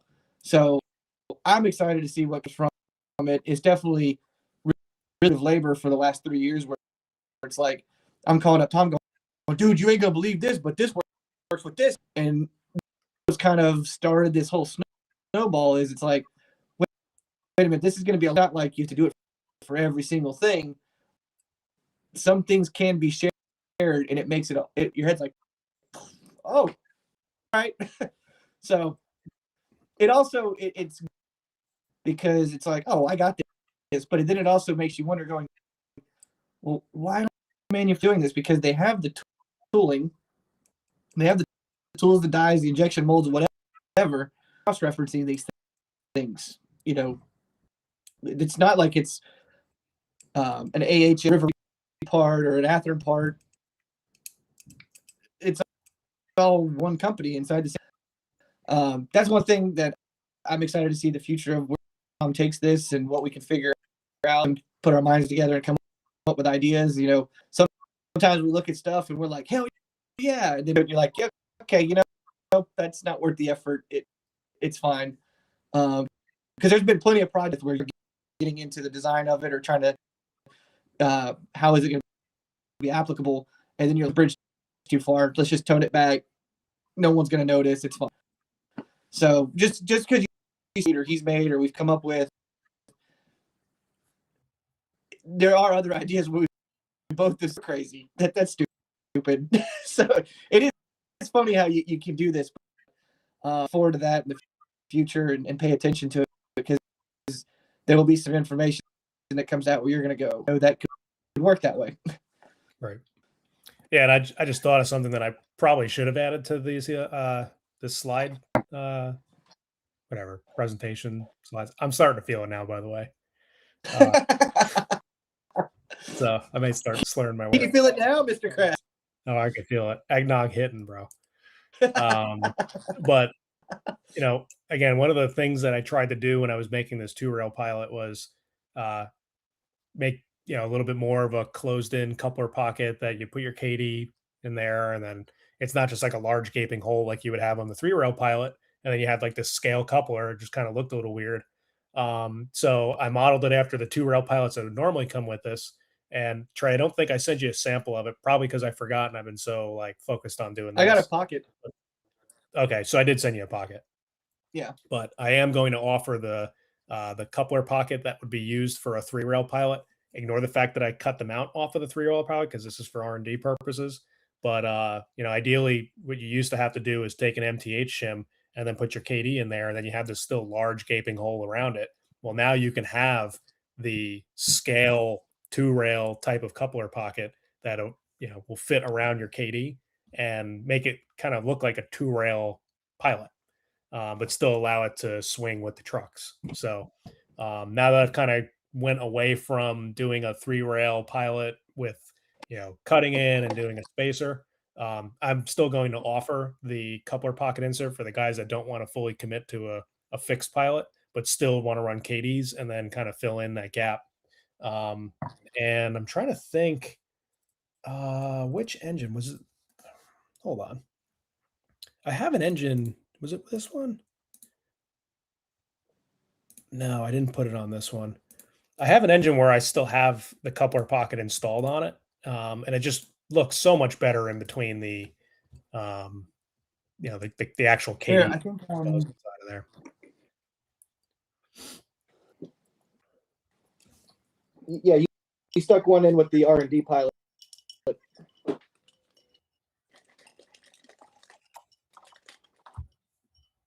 Oh, there's one of your ditch lights is stuck into it.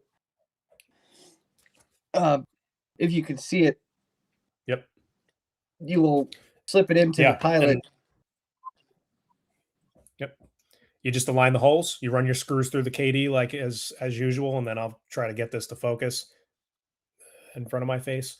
And you can see that, similar to how you would mount it with just like an MTH shim or your KD shims, this is setting it to the perfect height for the 3-rail wheel sets, getting it to the perfect coupler height. I use a KD gauge when I'm doing all of this, so it matches up with the KD gauge, and that's it.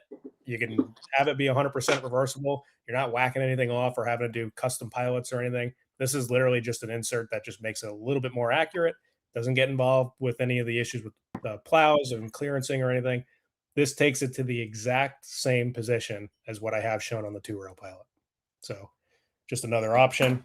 And I'm sure that a lot of guys that maybe they don't have the radius, because if you're to 054, 063, sub 72, I know it depends on real tracks, fast track, Gargraves, Atlas, but basically sub 72 give you the opportunity to be between the plow, the coupler pocket, and case, how much that will transform it. I mean, back early on, Tom, we're using just 3-rail pilots and throwing the, we used the CMR plows on it, and you'd be surprised how much of a difference that made in closing in the hole. So, if you take it and then add the plow, the coupler, you could still run, even on 042, you can still run because the truck swinging just as the O gauge does. So that would, that's what the cool part of that is. Still have a little bit of realism, but not sacrifice 100% of your, damn, I'd love to be doing this, but I only have the room for 042 or, now that being said, if all you have is 054, I would have a transition car and then run your regular O gauge. It gets real dicey with KDs because of the length of cars change, things like that. Probably limit just to an adapter, or a transition car, but you can still run it on your end detail, because realistically, most people are going to see the detail on the head engine. Not so much does every car have a KD. Right. And, again, keep in mind that this is reversible, right? So if you have an engine, it's 3-rail, you're running KDs, and you keep the electrocouplers, and you're like, somebody's not going to pay me money because I took the electrocouplers off and now it's got permanent KDs.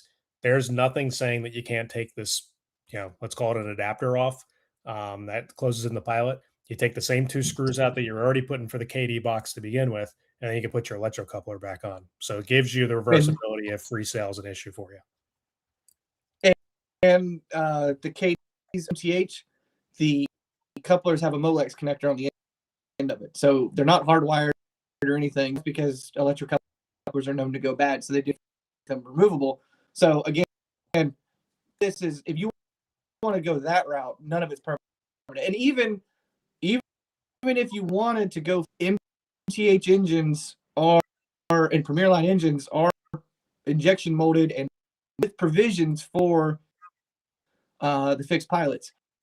whether it be 2-rail or 3-rail. Engine over, and you see weird little cutouts in the frame and the sockets with the holes. So you could make your engine fixed pilot, pull all your wire for the handrails, do everything, and go, oh, I want to sell it. You could pull all of that off, hook your couplers back in, and off it goes, and you can retain all of those parts. So none of it is 100% irreversible. Yep. And actually, I just thought of one thing. We want to talk about, like, well, resin, ABS, throwing all these kind of terms out there. And you'd be concerned with, like, hey, this pilot, or even like the coupler insert or anything like that, how fragile is it? Ignoring the fact that something this small, of course, is going to be fragile. And the pilots are typically metal. I don't have the screws fully down on this, but I'm tugging on this right now. Right. So it's not a concern with pulling weight. And that was something that was a concern of mine when I went to go do the 3-rail pilot, that you cut the mounts off and use the spacer, because I was like, I want something a little bit more durable. But I can really pull on these bad boys, and they will handle a little bit of I guess you want to call it tension. When you're pulling a heavy train, there's really no concern here. I think this side's actually on tight. Hold on. But like I can really pull on these, and they're not cracking or anything like that. This one, actually, I was doing that and I didn't even have the screw installed. So I was doing all that tugging, and they're a nice snug fit, and they just install right where he's showing the two rounded mounts. Now, the only thing that's missing, and I will have to include as part of the pilot kit, is there's going to be some, I guess they're called nutserts, but you kind of melt them into the plastic part of the shell. And you know what? I can show it on here because I have that done on here. So Trey, if you hold that shell up again, I'm going to use a screwdriver to point it out. You can see the difference right here. There's a little shiny part, and then he doesn't have the shiny part. They're basically little brass threaded inserts that you melt into the plastic, and then it gives you a thread. So the pilots, with the exception of the ones that will hold the pilot to the shell, they'll both for the plow and the KD attachment, those will have those little brass inserts already installed, and then you would have to install the brass inserts for the shell if it's not already populated in there. So those are those things you kind of figure out as you're putting it together. You're like, my 2-rail engines have this, but not my 3-rail. Why? And then you say, okay, well, I need a brass insert. And then you melt the brass insert in there. Now you have a mounting point to actually take your 3-rail engine and make a 2-rail. And it's already stuff that's installed on there. All right. They just don't attach to it. They're not going to change the shell just for that. So, yep. Okay. No, it's a big deal. It's when I first got it, obviously I've been into the trains forever. In 2020, when I got back into it, I came across an MTH 2-rail engine, and I was like, I think 21 or 22, I got my first. It was the CSX 52. I got that one, and that's where the rabbit hole started bad.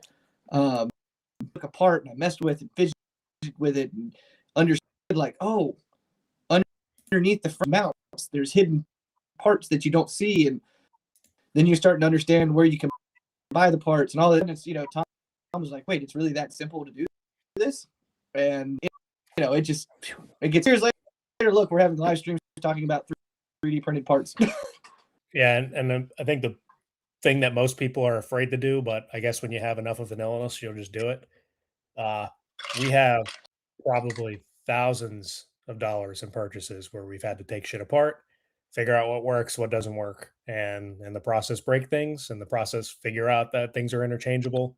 And earlier in the stream, I discussed how much I had to invest to just operate for 1 year to make this stuff. So, I guess that's a benefit for those that maybe aren't capable or don't have the time. But we've had to spend plenty of money on pilot samples and parts, and getting stuff that's wrong, and then kind of he's got a whole stack of parts right there. So it's just kind of the stuff that I'm taking measurements on and making little tweaks of like, this it worked, but it could have been a little bit better from the factory, or maybe there's some inconsistencies. And that's just part of it. It's part of the fun. It's part of the, me sitting down for a couple hours and doing stuff in CAD and then inevitably printing it out and getting mad when it doesn't work. And then I have to do it again. We If run anybody at needs the to same time. resell an engine, hit up Mr. Fred, because he's old Flipper Fred. Flipper Fred. Flipper Fred. He knows a man. That's right. All right, let's get to the last one. The last slide is just my logo with my contact information, but this is probably something that I'll have done. I'm hoping first week of January. We'll see how fast I can get the stuff printed out, but what we have here is we talked about GE style plows, style A and style B. Well, we need some EMD plows. So right now I'm working on 3 particular styles. One for the SD60Es, but again, not just for those. It may be very similar on other EMDs. So I'm calling that style A. Those I'm going to be using on my OCS engines. And actually I have a sample of that right now on, of course, the AC 4400 pallet. So EMD plow on a GE pilot, but that's my first production sample of the plow shown right there from the rendering. And this does not actually have the relocation brackets. So it's just the factory locations for this pilot, but still need to test that out. Right now it looks like it's pretty good. Nice wide opening. It still has the rounded detail that you could probably see a little bit in the picture. So that'll be for like SD60Es and similar. And then after I kind of finalize these, we're going to have 2 more adaptations of it. The style B, which will be intended for SD70 Aces and kind of like those variants.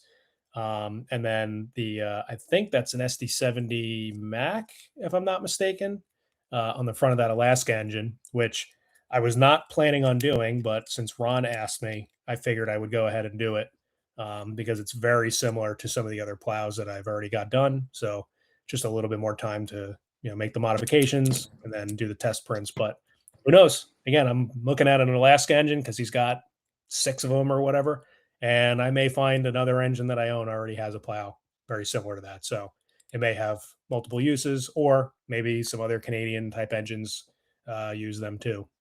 And they're going to feature the same, same song and dance as the GE plows, identical mechanical interface. So there's nothing that you have to modify to make these work. Still manufactured from the same ABS material. It's going to come in that black color. So the style A earlier in this presentation, we'll go over to that right here. That's what it's going to show up as. And then you would paint it to however you need it. And then, it's compatible with both your 3-rail and 2-rail couplers. So I want to get all these designed up, make certain that the interfaces are all good, test them on a couple of engines, and then those will be up. Obviously by my email, you can email me to inquire, or I'd sell them on eBay as well, but my email price is going to be cheaper for obvious reasons. It's not 15% more to sell on eBay. So that's what I've got going on, man. That's pretty much all of it. And if you have a hard time reading, that's my contact. So you can shoot me an email, and I'm open to suggestions, but keep in mind that if it's not probably NS, CSX, or FEC related, or if it's close to something I've already done, I may be willing to do it, but I need to have a little bit of a personal interest in order to justify spending all the time, and we'll just call it time. The time and frustration of making things work. So, yeah, I mean, you got to just. It sounds selfish and whatever, self-serving, but realistically, it is. It's not a business. You have a full-time career. I have a full-time career. I want it, and I'm willing to share it. And I'm not trying to get rich. I'm not trying to make a company that competes with Lionel or Atlas or whatever, and help me cover the cost of a little bit of the material, stuff like that. Nowhere near a break even for you even remotely at this point, just for the amount of upfront cost. How many plows would you sell to even go to break even? Yeah, I mean, I think right now, if I were to design a plow for somebody that I have no use for, with the exception of Ron, because Ron's going to be needing, I think, 6 of them, and I may be able to use them for some of my other engines, uh, I would be losing my ass on every single plow that I would be doing, because for me to go through, the R&D process, the printing, the interface, making any sort of modifications to the file, and then redoing all of it, um, I would probably have to sell 40 to 50 plows to justify the time, and I probably would not sell that many. So if I have a special interest, like you and me both have a very clear problem with buying too many either CSX or NS engines, then they're all relatively the same plow. Between you and me, we make you know, the justification for it. Or if you say, hey, like me and 2 other guys want to be buying, this style plow, can you do it for me? I'll take a look at it. And if the numbers are worth it, then I may be able to do it. But keep in mind that some of these plows I can print out in one shot, like this guy right here. I think I just need to use this one print and check it on the right engine, and I'll be able to print it again without modifications. But there's other plows like the Style B, which was like I guess my first attempt at a taller plow. I had to make some tweaks to it. I had to make some tweaks to the interface points and thicknesses of some of the material, adding the chamfer on there for the screws, and that's all stuff that if I make the modification, like I said, I'm adding 4 hours just to make that change between the time that I change it in CAD, put it on supports, print it, clean my printer, cure it, wash it, the whole 9 yards. So, but if you have numbers that make it worthwhile, then feel free to shoot me an email and I'll take a look at it. Of course, if it's a personal interest of mine, I can get it done pretty quick. If it takes me a little bit more time, it's probably because I have other stuff that I'm working on, and this is only a small part of my side work, if you want to call it that. There's also the weathering, and again, I want to be working on my own projects, but depending on what the project is, I may be interested in doing it. Yeah, that weathering will take up some time. And the other problem about weathering that I've learned, I'm still in the South. I'm still in the Southeast. It's amazing how quickly temperature, barometric pressure, all that changes. Paint flows, how it's sticking, how it dries in the air. Because I know me and you both share similar techniques on how to get the texture we want on using airflow and what pressure is. That's a problem. Where in the wintertime, I mean, it doesn't give the same, very low humidity, things like that. It doesn't seem to cure in the air as much. Again, it goes back to your time. That's why it's the wintertime for you is such a great time to be focusing on this. At flipping of the season, where you're like, okay, I'm gonna design up a catalog of parts. Then it's easy because then June I need 5 type A plows. You just print it off, you're done. But then it's easier for it gives us parts to do for the summertime. But that's the biggest push onto everybody is it's not a full-time business of time. I'm not even involved in the business side of it or any money or anything. This is just friends I've helped with figuring out what works with what, how does this work, because he knows me and him both have a very similar look on hobby and how we do things. So, hey, worth it? Would you use it? Would you not use it? I mean, how many times have you text me going, and how and where? Yep. Again, the useless knowledge that I filled myself with what, where, how, that all stems from just there was no information. There is no parts down. You had to basically buy it. And when I say reverse engineer, I don't mean reverse engineer. You got to be engineering and understand the interfaces and what works with what.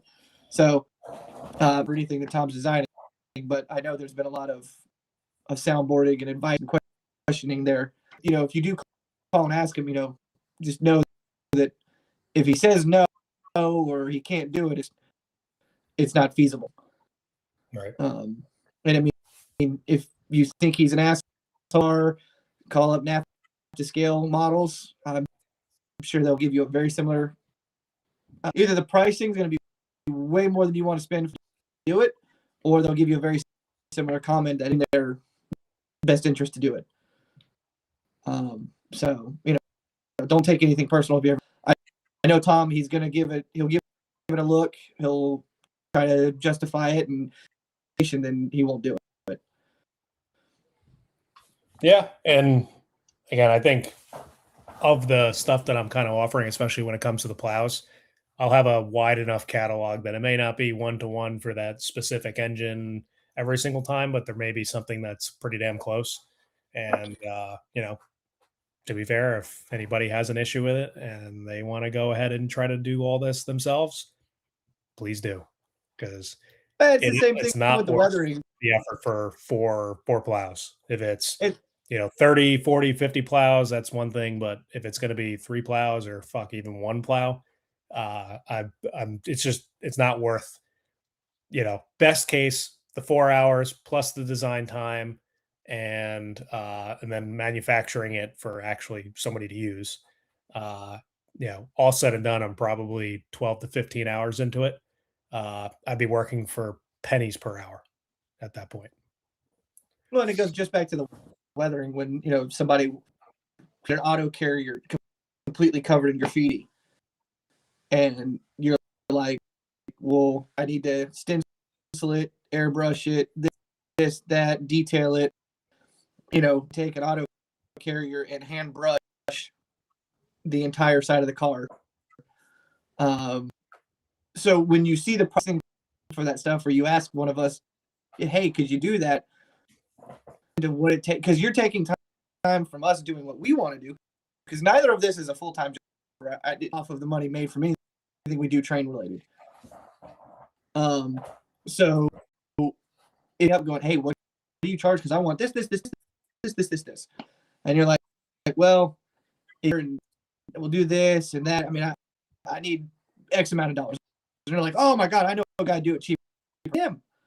And then you get a car with brush strokes all in it. They didn't block off they didn't check for any licensing or copyrights. And, you get, again, I'm not trying to call anybody out. I'm just saying it's, if you're going to hit somebody up, if you're going to hit somebody up and ask to do something, have a look for it. This stuff takes time. I've got a lot of money in paints. I got a lot of money in just time. I know, Tom, you're just the same way. I mean, I hate to know how much money we spent in bad. Yep. But again, I do this for me, and I'm not charging it to where I'm going to retire off of it. I just need to see it where it makes sense. I'm going to spend the time to wait for it to be sent in, unpack it, everything off, do this, do that, take this. I mean, to do graffiti right, it's, so it just goes back to that with the 3D printing is it's not like make this, and I conceive it as a $3 part. Well, a $3 part. It took a hell of a lot more money than $3 to make this part. Yep. The biggest thing there is just, keep that in mind. It's not calling anybody out or talking uncomfortable conversations if you have that thought process and think it out for yourself before you. Right. It's funny because I forgot, I mentioned I should have put the bolsters in this, but to be fair, I was also making this presentation like an hour before we went live. And the reason why I could justify this is like, if somebody has a question, I could just send them that slide as an example. But I wanted to show the bolsters. So I don't know if it'll let me just share it or if you have to give me permission. Let's see. I think you got to give me permission. I did. So a little bit of secret sauce behind the scenes of like how I go about doing things, but we mentioned the Atlas truck bolsters for the 3 or 2 rail trucks. To be honest, this is probably just me getting distracted and scatterbrained with other projects, but like these have been done. Like I've had these done for months and I just have not advertised it. I haven't put them up on eBay for whatever reason. Dude, I Uh, think I came home from your wedding with some of those. yeah. Well, I think the earlier version of it. And then Yeah, what I ended up I doing, I think because think, I had them yeah, because this I have or before you started printing the logos into them. correct. Yeah. So it was super early. But you remember, like, one of my first prints was when we went to Savannah, and that was January of last year. Yeah, So I mean that's we're 2 weeks away from that being a year ago. yeah. That was MLK weekend. We So went down there. yeah. So, but these have been done. Fred's been buying them up like crazy. I've given you plenty. But the intention here is you take your, I don't even have a 3 rail truck over here, but you take your 3 rail, or your 2 rail truck if it's missing the bolster, and where you have the coupler that would normally attach to it. Instead of cutting the coupler off or taking it off, you put one of these guys on, and you basically get the 2 rail bolster. So, like, I have a pair of 2 rail trucks here, and this one in particular, I'm gonna hold it in front of my shirt. This one in particular is made out of metal, and then all I did was make resin versions of it. So now you're not permanently changing the truck itself. You just pop the 3 rail coupler assembly off, and you put one of these guys on, and now you can run KDs. And if you ever go to sell the car, now you just take your KDs off, put your factory coupler back on, you're ready to go. And just because you didn't, there are two different versions Yep. and vintages of Atlas. Is what he's showing is those are that's the wide frame one there, Yep. and then the narrow frames are more squared. Biggest thing, I mean, that goes usage of Atlas truck you want. It doesn't matter. You just pop them off. The bigger benefit. Well, that's never mind. I'm not going there. That's a whole different side story. Fred, if you're still on, this one's for you.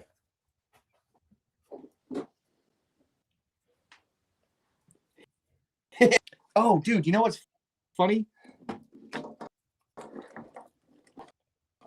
Shoot, where? You want to laugh? Yep. Actually, where the fuck did I put the one that I was using? Oh, here it is. This is the one that Fred gave me so I can actually model it. Yeah. Oh, yeah. And then I dug in and I forgot I still had some. Yep. So these will be announced soon. I just got to test the interface. I think I have one car left. But these are the special Atlas KD spacers for the 53-foot Evans box cars. They've been done a million times, and somehow they've tripled in price. But these are the KD shims that you'll need to bring it to the right height and give you the interface so you can run your screw through. So Fred had a need for, I think, like a dozen of them to start. And I was like, okay, that's enough for me. These are pretty simple to do. I have a use for them. Other people are going to have a use for them. So I was able to get this all catted up. And that should be available within the next 1 or 2 weeks. Because believe it or not, you can buy one of these used and they're not going to be in the box. Yeah. Because most people don't know what they're for. I think people yeah, they don't know what they're for. They're just like, oh, extra plastic. So if you need to replace them, then you can buy some of mine. And then this is another shit talk moment. You know why I had to make these. But in with typical trains with a Z fashion, you buy something that's like new and nothing missing, and you open the box, and the key piece that keeps these the 40-foot Gunderson well cars together. They have like a little pin that keeps the cars to keep them together because there's a truck on one end and an open end on the other. Oh yeah, it's in such good shape. It doesn't miss anything, you could take them right out of the box, put them on the track. Well, you can put them on the track, but all the connector bars that are required to even connect them together, they aren't in there. So go on Atlas's website, they don't have them on there. So what did I do? I just reverse engineered it, made my own, and then I actually forgot to do a test print on these to make certain that they fit, but similar to everything else, once they do, I will probably put them up on eBay for probably by the dozen because they're very easy to lose, and they'll be made out of my tough resin, which is a little bit more forgiving for if you're pulling them in and out and they wear and whatnot. And then again, if you lose them, it's no big deal. You just take another one out of the bag. So I engineered that one up, and then I'll do two more. So this right here, Trey and Fred are familiar why I had to make these. These are actually KD boxes for the Multimax auto carriers. And so if you have a 3-rail car and you want to put KDs on it, found that the 072 is not truly an 072 rating with KDs. I think the cars are rated themselves for 054, but even on 72, they kind of rub. But if you want to put KDs on those cars, even with the long shank couplers, they're not, they're not manufactured in a way with the factory box to work. You got to give credit on that one, though. Yeah, you gave me the inspiration for this open part and then grinding it down. And I think that was just through frustration to get the shit to work since I had fucking 12 of them. But combination of like what you had figured out and then what I had to figure out because they had some stupid interface where they're like recessed down and they don't really take a regular KD shim. So, ideally, if you were to picture the car standing up normal wise, this part right here inserts actually into the car. And then this fits around the lip of the end of the car. And then you still have that mock KD end. And then your long coupler. So what is it, the 746? 746, you do a little bit of grinding on it, and then you'll get a little bit more swing out of it and allow you to run Multimax auto carriers on 072 and have a little bit more swing so that way they don't derail and pull themselves off. I built that in your garage with a Dremel tool. Yeah. This one. Frustration. This one. Yeah. I still have it over here. I'm over there in the garage. I was like, what are you doing? I'm like, don't worry about it. I'm cooking. And the best part, we couldn't figure out why. We were a little cooked by this point. And then we really, of the swinging pilot, KD and the 072, it actually had an engine than it did with a swinging pilot. I don't even want to get into how that geometry works because nobody's going to understand it. So I'm just gonna look the other way. Yeah, there's a couple more over here. I did one for the Berwicks. I probably need to test print that out with the new resin before I release that. And then this is probably the bigger one. Again, another thing that I don't know, I guess I'm just scatterbrained and forgot that I even designed this because I haven't had a need for it.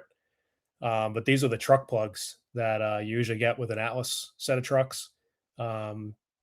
Typically, if you have like an MTH Premier car or another car where the screw goes through the top of the truck and then you want to put your Atlas trucks. Yeah, I was laughing at that earlier. I know why you're laughing because of that comment. But the Atlas trucks they screw in from the bottom, and then usually you have your pin that's through either the top or it's part of the chassis itself. So if you want an MTH car, which you have, the truck is on the bottom and then you have to screw from the top. This needs to insert into there to kind of allow for that interface. So what I did was I actually designed these in two lengths. There's a truck plug, and then there's one that's just a tiny bit longer. I don't know why I don't see it here. And it's probably because I have a variation. Oh, there we go. So this one's a little shorter. This is actually the same dimension as what you would get with a pair of trucks. And then I made a longer one for those cars that need to be shimmed a little bit, or I think Trey, you were saying some of the Lionel cars may need them like this. But that was the issue we were running into with the Lionel trucks. Because again, this goes back to when you could not get Atlas trucks. You start to go out and explore in different directions. Lionel doesn't make a terrible roller bearing truck. It's a pretty decent design truck, but they have different vintages. Some are metal casting. You have to drill the rivets out to pull the coupler off. It's like a really, really weird hybrid plastic metal, and the ones where the coupler comes off of. Yep. That's where those different plugs come into development. Is is you actually can use them for the different lengths and depths where up and use them on an MTH car and use washers to shim down or shim up or where you so again it filed that one under the category of FitFo. Yep. Figuring it out. You just kind of mess around and figure out what works where and taking things apart, putting it back together, using the KD height gauge, comparing to other cars. I mean, I don't know how many times I can cars apart and sent you pictures and done this and done that and done this and done that real quick. Yeah, I was able to pull up let me hide this. This is just something with me tinker fucking around with the potential for stanchions in the future. A little bit more accurate where they are on the deck rather than out in front, and the ditch lights still kind of stick out a little bit in front. Again, you have to sacrifice a little bit of detail, but I've been kind of tweaking the thickness of the material so it actually prints. And then we're going to see if I can match the pilot to, inevitably where this railing will go. And that may be something that I am able to print, and then it matches up perfectly with your two-rail pilot. So that's in the works, but again, that's not something I'm willing to say a time frame on. And this is more just me getting comfortable with doing 3D modeling for three-dimensional sketches to make a lot of this stuff. So it'll be made tomorrow. One of those signs, like how at bars they used to have the signs say "free beer tomorrow." Yep. I'm gonna get you.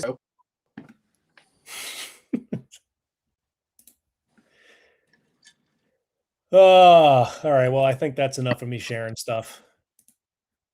Well, there's still a couple people in here they want to leave or ask. We'll give. I'll take some questions if anybody has any questions. And then we can hop up here and go hang out with Clank and Fred. That's right. Bro, I'm fucking cooked.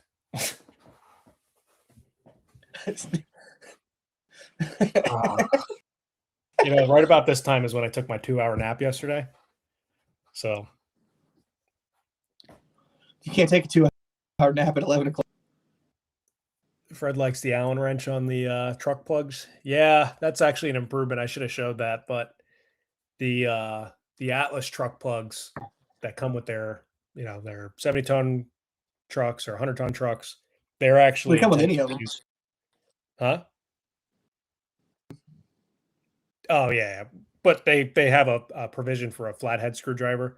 So if you've ever used them, they are such a fucking pain in the ass because you always round them over, and you got to have a hand on one side, hand on the other, tightening the screw and not dropping the chassis and whatnot. So it's not really a very nice way of installing those.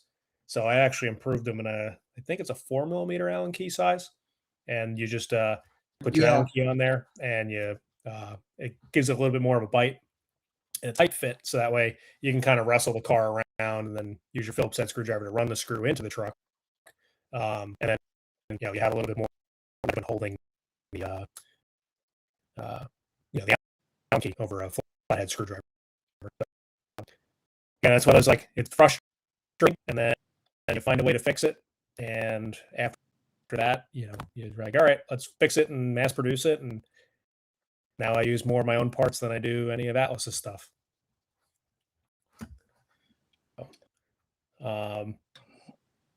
Looks like Eric mentioned something about making spacers as well. I'm assuming you mean like the KD spacers and whatnot. We didn't cover that, probably because it's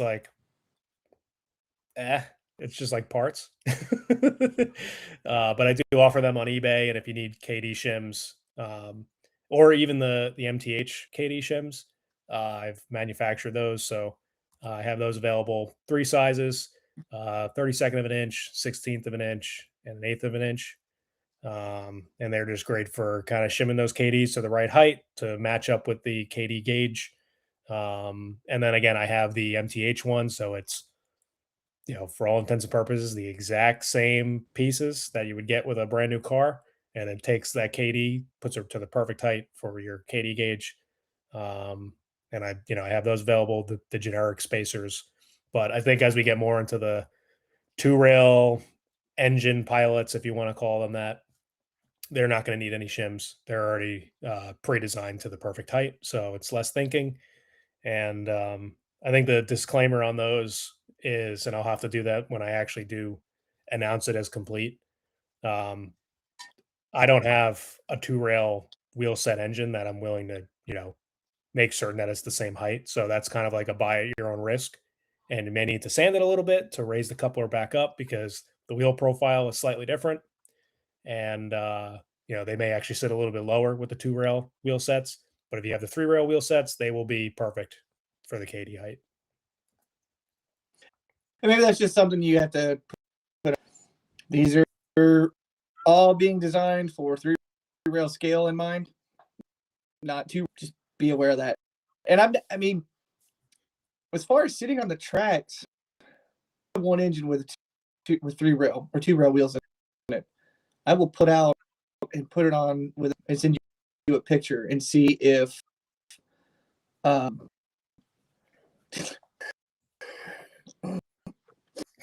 had to approve Fred's.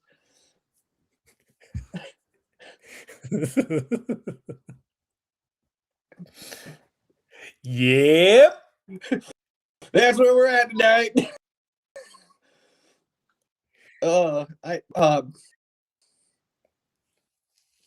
Yeah, I'll just send you a picture of the two engines. Yeah, and again, it's a slippery slope here too because, like, what is it? The Aces or the Dash 9s that the pilot sits too low, and then the KDs don't align between the engines. Well, the Dash Never 9s are sit too high. Sit too high, whatever. But that's one of those things. I'm waiting you to cat us up some motor mounts that are different. Oh, fuck that. All right. I mean, I want to get this C6M done. I want to have nice stanchions. I want to have the nice coupler cut bar, the MU hoses. And more importantly, I want to have pilots that I can turn the wheel and they don't make contact. That seems to be my biggest headache right now and why I keep having to go through all these iterations. So when MTH designed these, especially with the it's really the brake line detail more than the cylinder. They designed it with very tight tolerance, and trying to figure out where that tolerance needs to be is definitely a challenge. So. Yeah, try putting Dash 9 side frames on a narrow nose Dash 8. Well, you had to cut the side frame. That's even worse than modifying the pilot.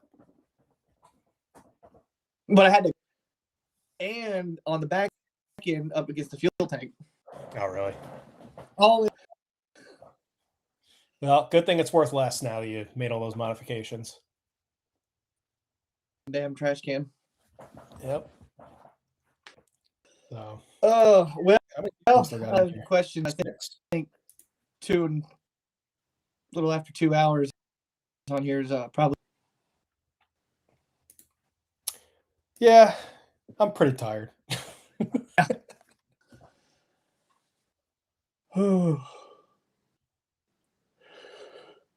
This.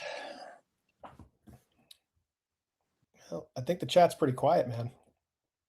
We still got 7 people watching, but I think I don't think they have questions. I love how for number 1 next to it. Who's number 1? Fred. With a good runner-up. Eric's number 2.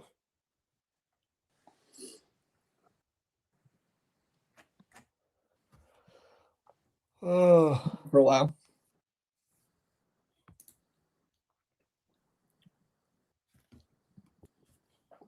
I want to show you actually one thing.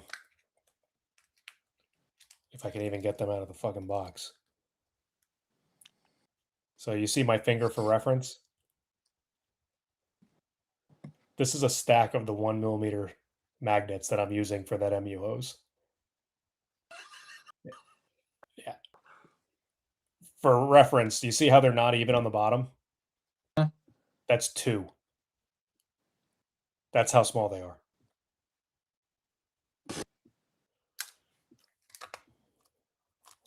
Could you imagine do that with HO? I mean, People do it. That's why I'm like, there's no excuse. That's why I could be doing this in O gauge. I mean, I have to make little tweaks because Amazon lied and said that they were going to be 1 millimeter by 1 millimeter, and they're actually like 1 by 1.7. So of course I extruded out 1.5 millimeters, and it's not enough, so the magnets stick out. But version 8 will have that corrected on both the MU hose and the MU cable and the pilot. So again, sometimes you do this pilot stuff and you have to print it out with a modification, and it affects the parts that connect to it too. So it really adds up. Yeah, just clanking things. That's why it's nice when it's a single print and then it's done. Well, I guess for no, go ahead. I was saying, I guess for the night. I'm good with that. You Gucci, bro. I'm good with that. I think my bed is calling me. I heard that. Well, I'll shoot you a text here, man. I guess that will conclude our parts unveiling Christmas live stream. Over the winter, I'm sure we'll do another one. We'll have a follow up to this or run some trains and talk shit. Talking shit. But well, the boys. What the next trains. one? Yeah. I mean, there's nothing stopping that. We should get Fred in on a live stream. Well, we know Fred's Willie in hand right now, so it's like a cat's ass. Maybe we can get Zach in here. Getting Zach on board, that'd be a good one. And then getting Fred in here. And get a little rowdy though. Eric will be laughing his ass off. We'd hear him from Hawaii. So, all right, everybody. Appreciate y'all stopping by again. You got any questions? You got a little bit and see Tom's email. Many of you know Tom. You can get in touch with him there. Order up some of these parts so he's got money. So,